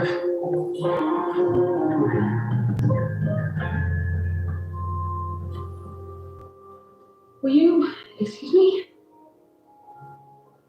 Dr. Linder left a message at the house. Was there anything wrong with your tests? No. He was confirming your date for Saturday night. Oh, that. Yes. I was going to tell you. You're dating my gynecologist? It wasn't my fault. It just happened. What? Think about what you'd say if I said that to you. I'd ground you. I'm sorry. We had lunch. We liked each other. That's all. And that was wrong. Very, very wrong. Is that why you sent me to him? So you could get a date? I know you haven't seen anyone since I've been living with you. No, he's a good doctor. That's all. Who just happens to be cute. Yes. No. God. Why didn't you tell me? Don't you trust me? You have to sneak around behind my back? No. Wait, how did we switch roles here? I can't go back to him now. That would be extremely skeevy. We just had lunch. I swear I will never see him again. I promise. Yes, you will. What? You've been so focused on being a good mother that you totally ignored yourself. You know what kind of pressure that puts on me? No, I didn't realize. You need a life, for my sake. But don't sneak around behind my back. think you seem like a good fit. Have a little fun. But don't go too fast. You're out of practice. Excuse me? I thought you believed in honesty. Oh, all right. I'll go slow. Very, very slow. And find me a new doctor. A woman. Sure. Right away. I've got to get back to school. Love you. Love you too.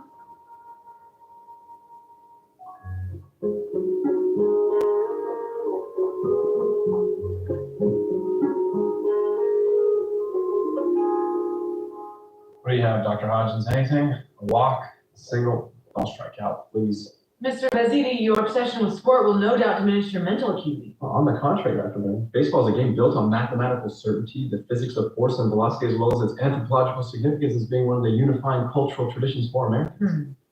Intellectually, it's quite stimulating, and I like swinging a bat. Okay, this fret is cracked. But from impact? No, the cracks are tiny.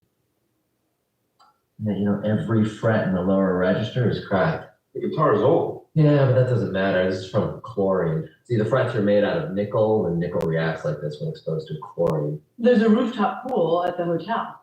If Cole was murdered there, the killer might have cleaned the guitar with pure chlorine. That's why it was so clean when BB stole it. Well, the strings are made out of nickel too, aren't they? Yeah, but they're brand new. I mean, it's no cracking. The killer must have known he couldn't get all the blood off, so he didn't even try. The killer restrung the guitar, then maybe he left us a little present. And Is it a hair? Yes it is. Purple. I think I know who that is. Someone who would kill to play with Eric Dalton. I believe we would call this a home run.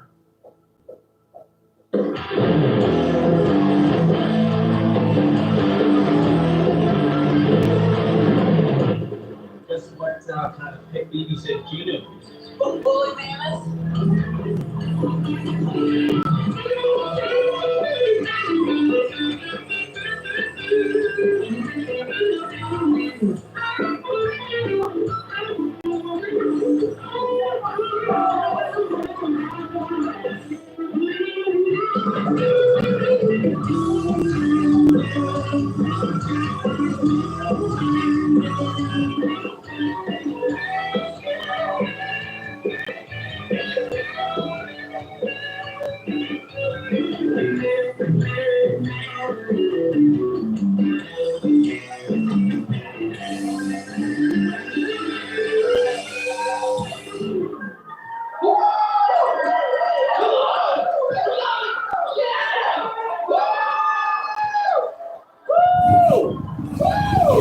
I should have let that go to player again. Go ahead, man. It was worth it. Sure it was. Come on.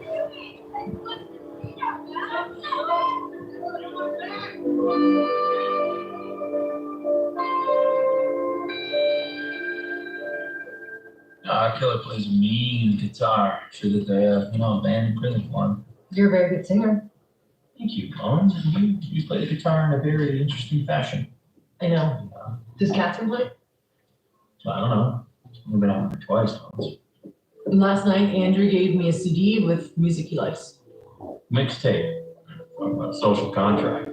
That's what I surmised. Our partnership is so important to me. You know, right? Sure. Yeah. Die for your partner. That's the way I look at it.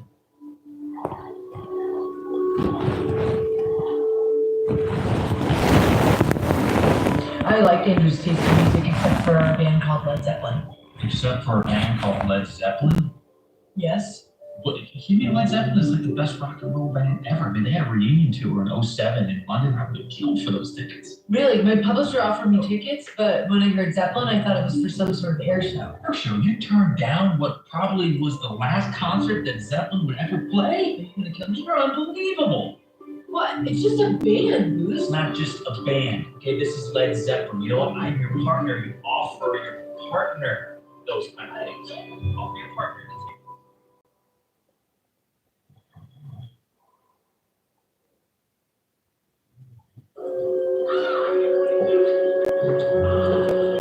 Sanders, Dubovich, check these hot spots. I'm good to go. What's up, huh? Take off this wardrobe. Yeah. Flare up, dragging us back out here. Speak that.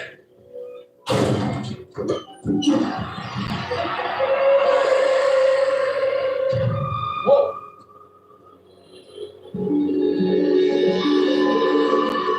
What's going on this?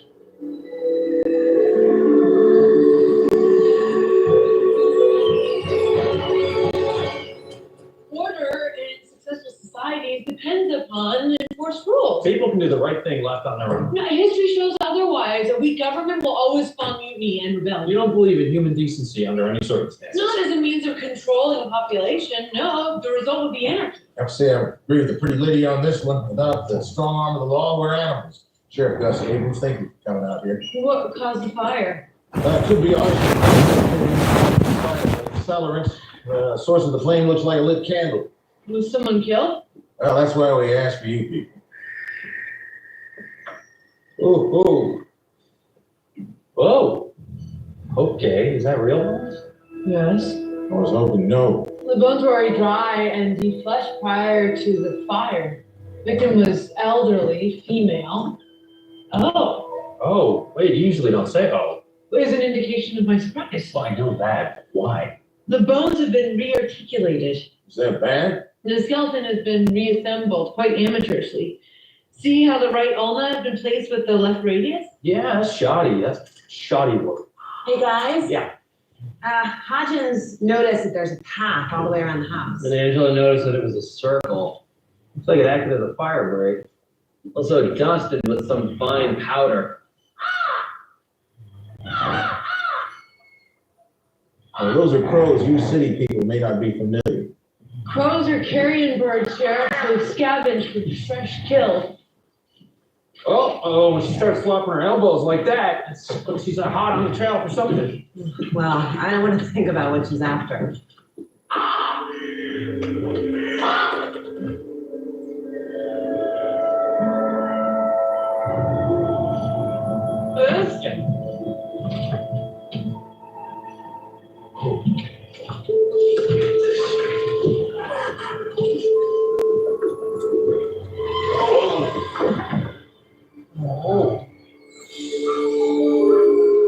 Don't say it. Oh, I've got to.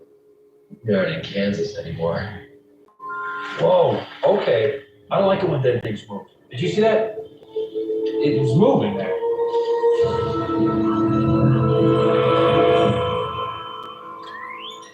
Who do you want to start with? The Wicked Witch of the East over here, the East, right? Right. She wore the red shoes. We should start with the more recent remains. Which are sealed up. What is it with this job and corpses encased in mystery wrap? Dr. Hodgins says it's most likely polystyrene sealing insulation that melted in the fire and coated the body. Could you explain the sparkle? Fluorescent bulbs exploded afterward, shattering over the polystyrene. Perhaps you and Dr. Hodgins can find a way to unseal the remains. Let me see if Why are the issues around the wrist and the decayed foul play? no evidence of smoke inhalation. She was different by the fire. Now, that one is just weird. These bones were found in a steel wardrobe. It preserved her in the fire. Female, also Caucasian, 40 to 50 years old. There's evidence of spinal kyphosis, which would have given her a hunched posture. This stain here on the forehead is the result of contact with copper. I've seen this before in disinterred bodies because of the copper hardware on coffins. So someone robbed a grave, strung together a skeleton, and stuck it in a wedding dress? That's a reasonable conclusion. These are green stick fractures. Extreme force was applied to the chest. And there's a clean-edged indentation of the spinous processes, L2 and L3. Thoracic crushing combined with the puncture wound. This woman was subjected to a kind of torture that was used in the 17th century. Torture? These injuries are consistent with a form of punishment used during the Salem witch trials. She was a witch?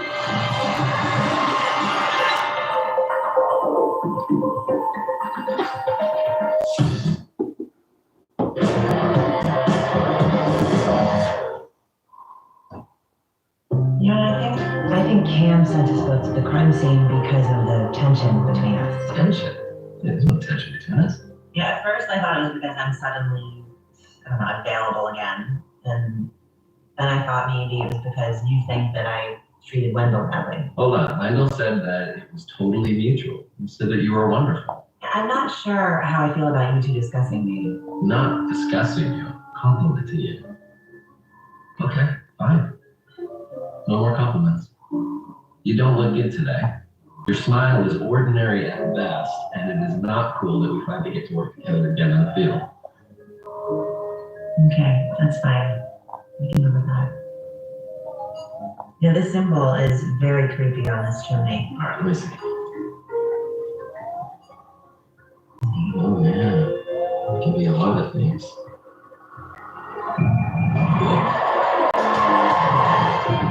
What is that? Oh, the Prius helps you stay in your lane. It's kind of cool. That's cool. Let's do that again. Oh, that is not cool. I didn't even see you there. It's kind of sneaky. Pull over. Don't pull on the charm.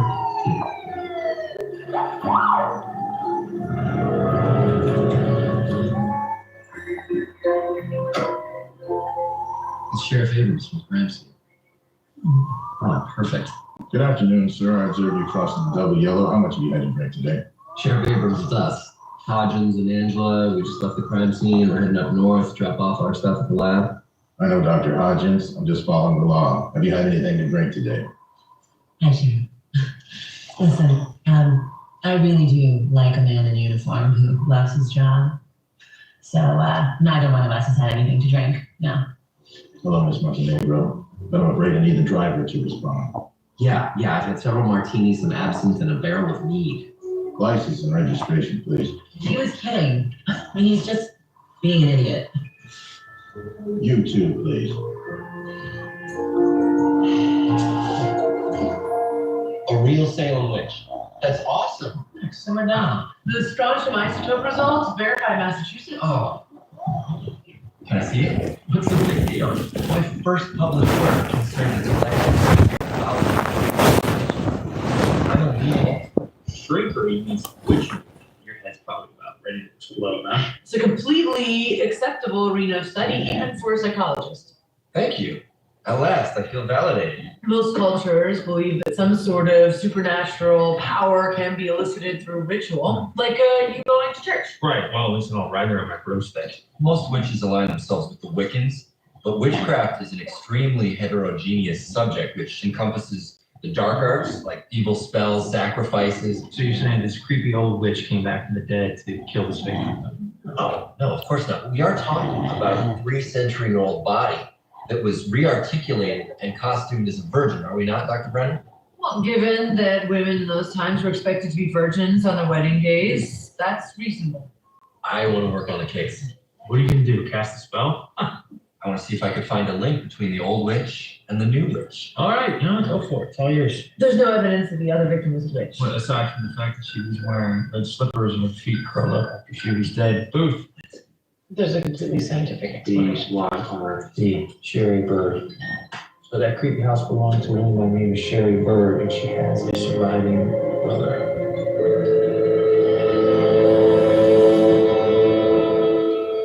Are you sure it's Sherry? Dental records confirm her identity. When was the last time you spoke to your sister? 2-3 months ago, someone made an offer on the house. Our grandfather left it to us both. I wanted to sell, she refused. I haven't spoken since. You don't seem too surprised that she's dead. Sherry and I used to be really close. No, but the last 10 years she got into some really weird stuff. Witchcraft? Yeah. Started ordering us to call her Zafira. I told her I wouldn't. Thought it was stupid. So the fact that she didn't sell the house that didn't get you upset or angry. No, I didn't care about the money. I wanted her to move to the city. I thought her mind might go back to normal if she saw more people.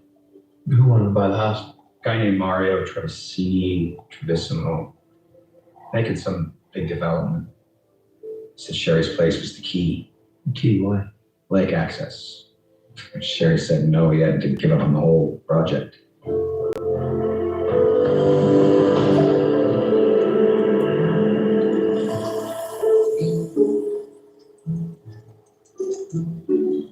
Oh, you're not Hodgins? He's not here, and I can't wait any longer. Wait till what? Dr. Brennan wants me to identify the best solvent to remove polystyrene from the bones. So I put myself in the mindset of Dr. Hodgins and came up with this experiment. I have a new appreciation for Dr. Hodgins. This device slowly fills each polystyrene carries potent turpentine, hydrochloric acid, and acetone.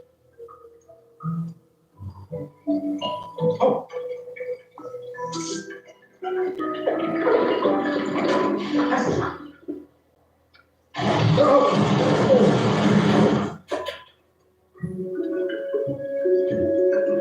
It's not like Hodgins to be like, can you come get me as soon as he shows up? And I think the acetone's eating through my shoes. What?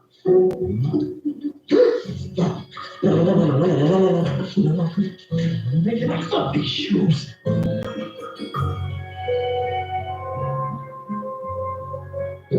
Fascist state. If you knew that, then why did you taunt the guy with the gun? You expect me to just roll over? No. Praying that you do.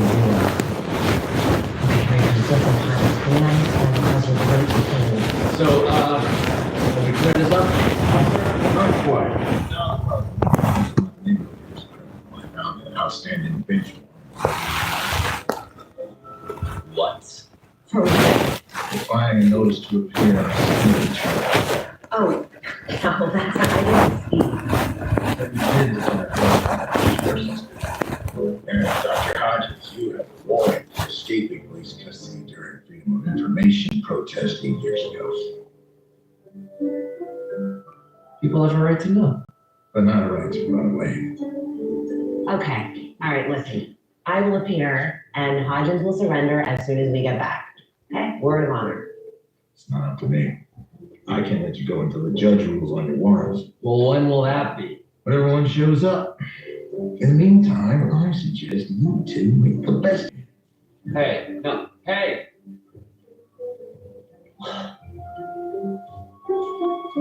Speeding?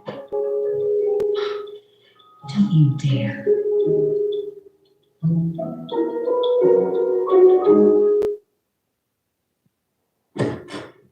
Oh, thanks so much for coming in there, Mr. VC. Trivisona Properties. Right. So, hey, this is something new for me to be called in by the FBI. What's this all about?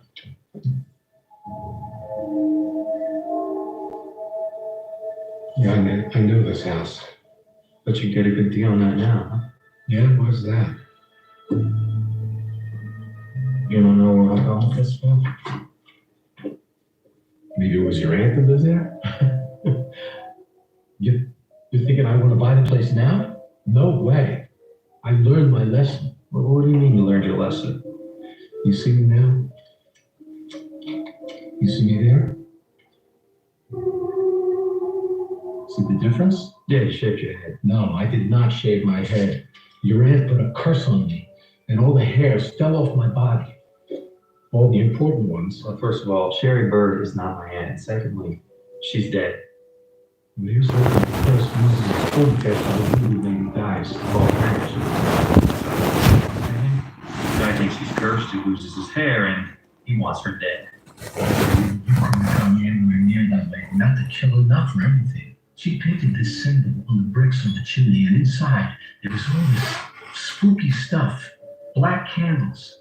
The day she cursed me, there was a dead cat laid out on the dining room table. You ditched the project. A month ago. I'm a professional. You think I needed to get around that an evil witch lived on the development? I know when to cut and run.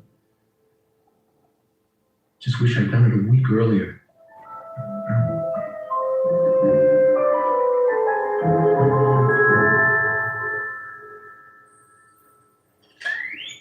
Hodgins isn't back yet? No, but I've made some progress. I found this. Sharp instrument trauma on the xiphoid process of the sternum and anterior medial aspect of ribs 1 and 4 bilaterally. She was stabbed repeatedly. Make casts to analyze the striations and curve characteristics to determine the weapon.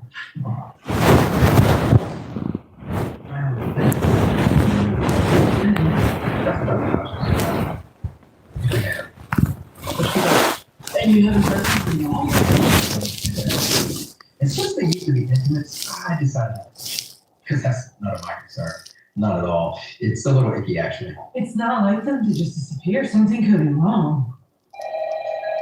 Hello, it's me.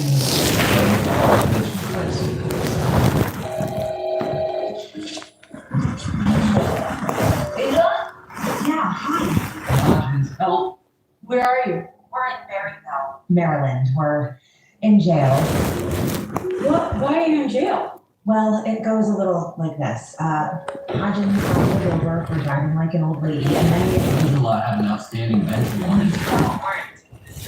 Where is the evidence you collected yesterday? In jail with us. we're stuck here until the judge shows up to set our bail, and who knows when that's going to be. Well, we need that evidence. I'll tell Cam to come and get you. Okay, also, will you tell Clark to throw a blanket over my multi-swallowtail caterpillars at 4:30, or they will die? Okay. Yes. Well, afraid we might have to check out a little early there, pal, if that's okay. No, that sheriff out in Podunk was a decent guy. I'm sure Hawkins getting arrested. Really good reason. So I've been thinking about dead cats. It doesn't seem like a good use of your time. Which is the bad one? There's stuff in black cats. So for so that cat on the table before he went bald. What's the connection? He thinks that she put a spell on him. You should talk to their local coven. Wait a second, there's a local coven? The Circle of Moonwick. Well, you said that Wiccans were good, whereas Wiccan is bad. Yeah, the problem is competing for the same eye of the news. No, Wiccan ceremonies honor nature and the sanctity of laws. You guys. Okay, tonight is their waiting game ceremony. Now, I logged into their website using the name Lillard82. I got directions. What you said, websites? I love the internet, huh? Oh. Watch out tonight? All right. With the candles and bring the brush. This is the hardest bench that I have ever sat on in my life. A sad one? Wow, slept on. My shoulders are killing me. Tell me about it. Here. Why? Oh, fellow rough. Are you really that mad at me that you don't want a little massage? Okay. Only because I hurt.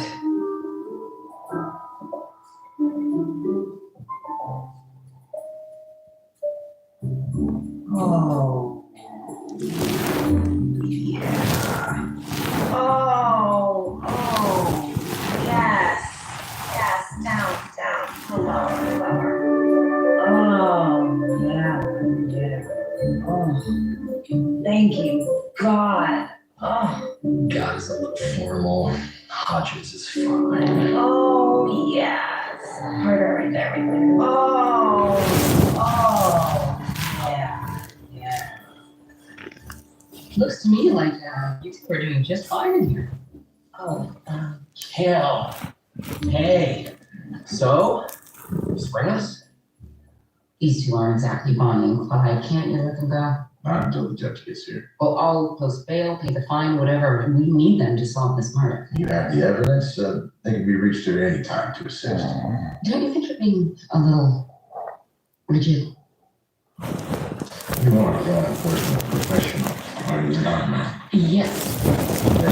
No, Judge. Law can't be twisted to our will, or chaos will ensue. I mean, where does it end? Today is seemingly minor bench warrant tomorrow.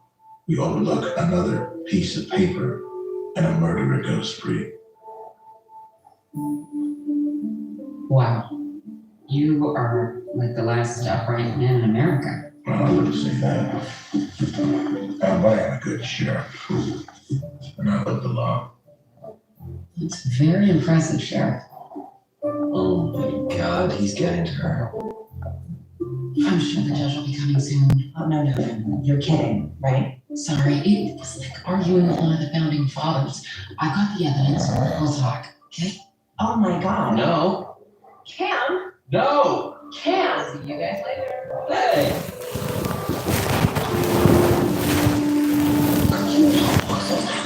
Don't tell me that you're afraid of witches. Wiggins, no. But why waste an opportunity to observe them when they don't know being observed? You want to spy on witches? Wiggins, no, I want you to spy on them while I study them methodologically. Ground zero.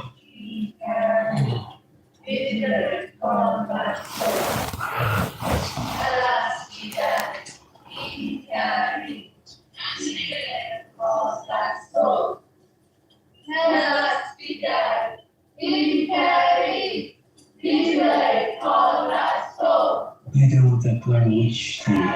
It's a miniature effigy.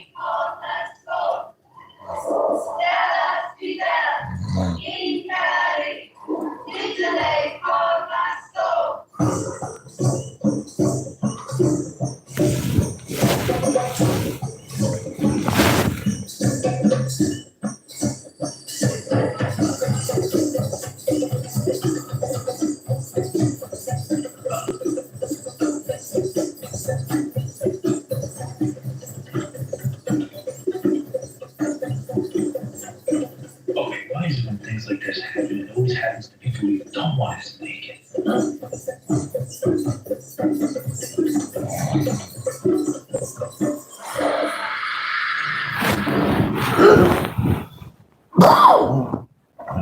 Okay, so we have Rowan and Amy, right? Ember. Ember.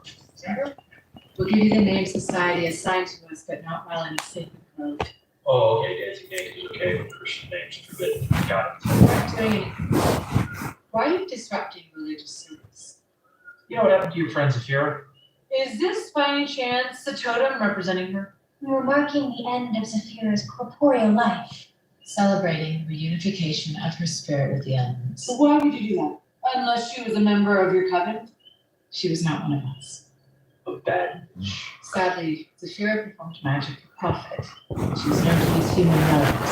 Such as the body of Saint I wish she would get something like that, but that would be an immensely powerful relic, yes. Oh, so she has other clients. Well, we're gonna have to talk to her. The dark arts, Agent Booth. Zafira's clients employed her to do evil. Bad people getting other bad people to do bad things.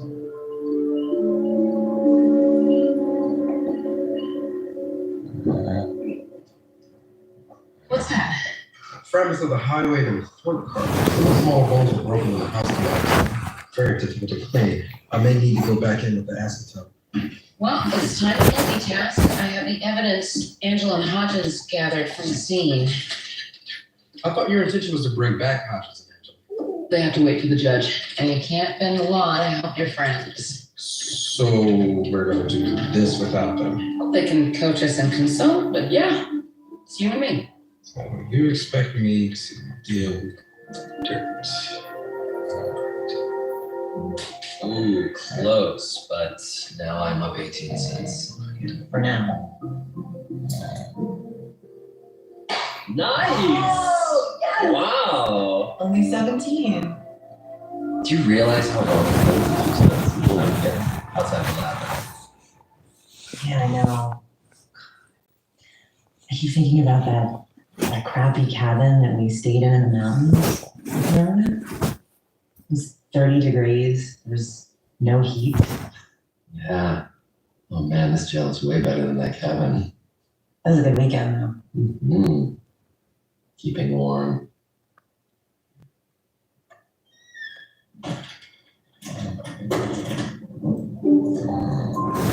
Glad, Paul. Computer may not be state of the art, but we got the internet. Sure. So calling that thing fired up. Sherry Bird was dark.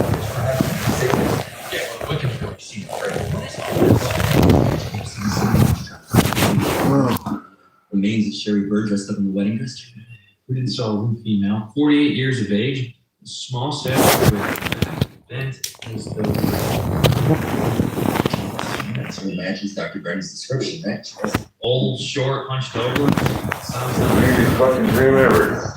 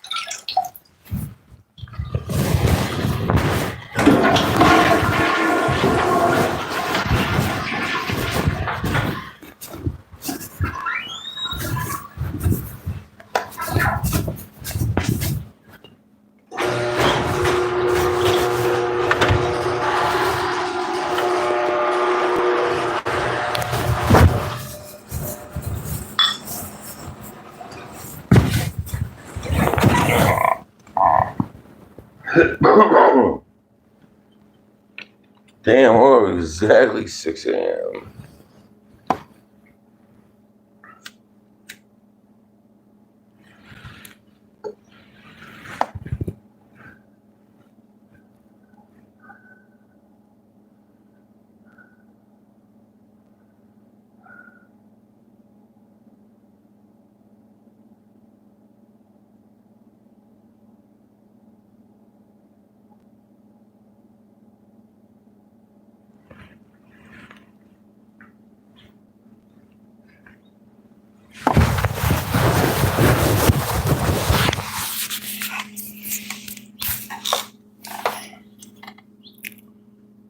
Wow. I put you guys in my pocket. And I went to sleep? You waiting for this reaction is what you were doing. I went, and you heard me go, pee. Ah! That was me washing dishes. I was teasing. That's what that was.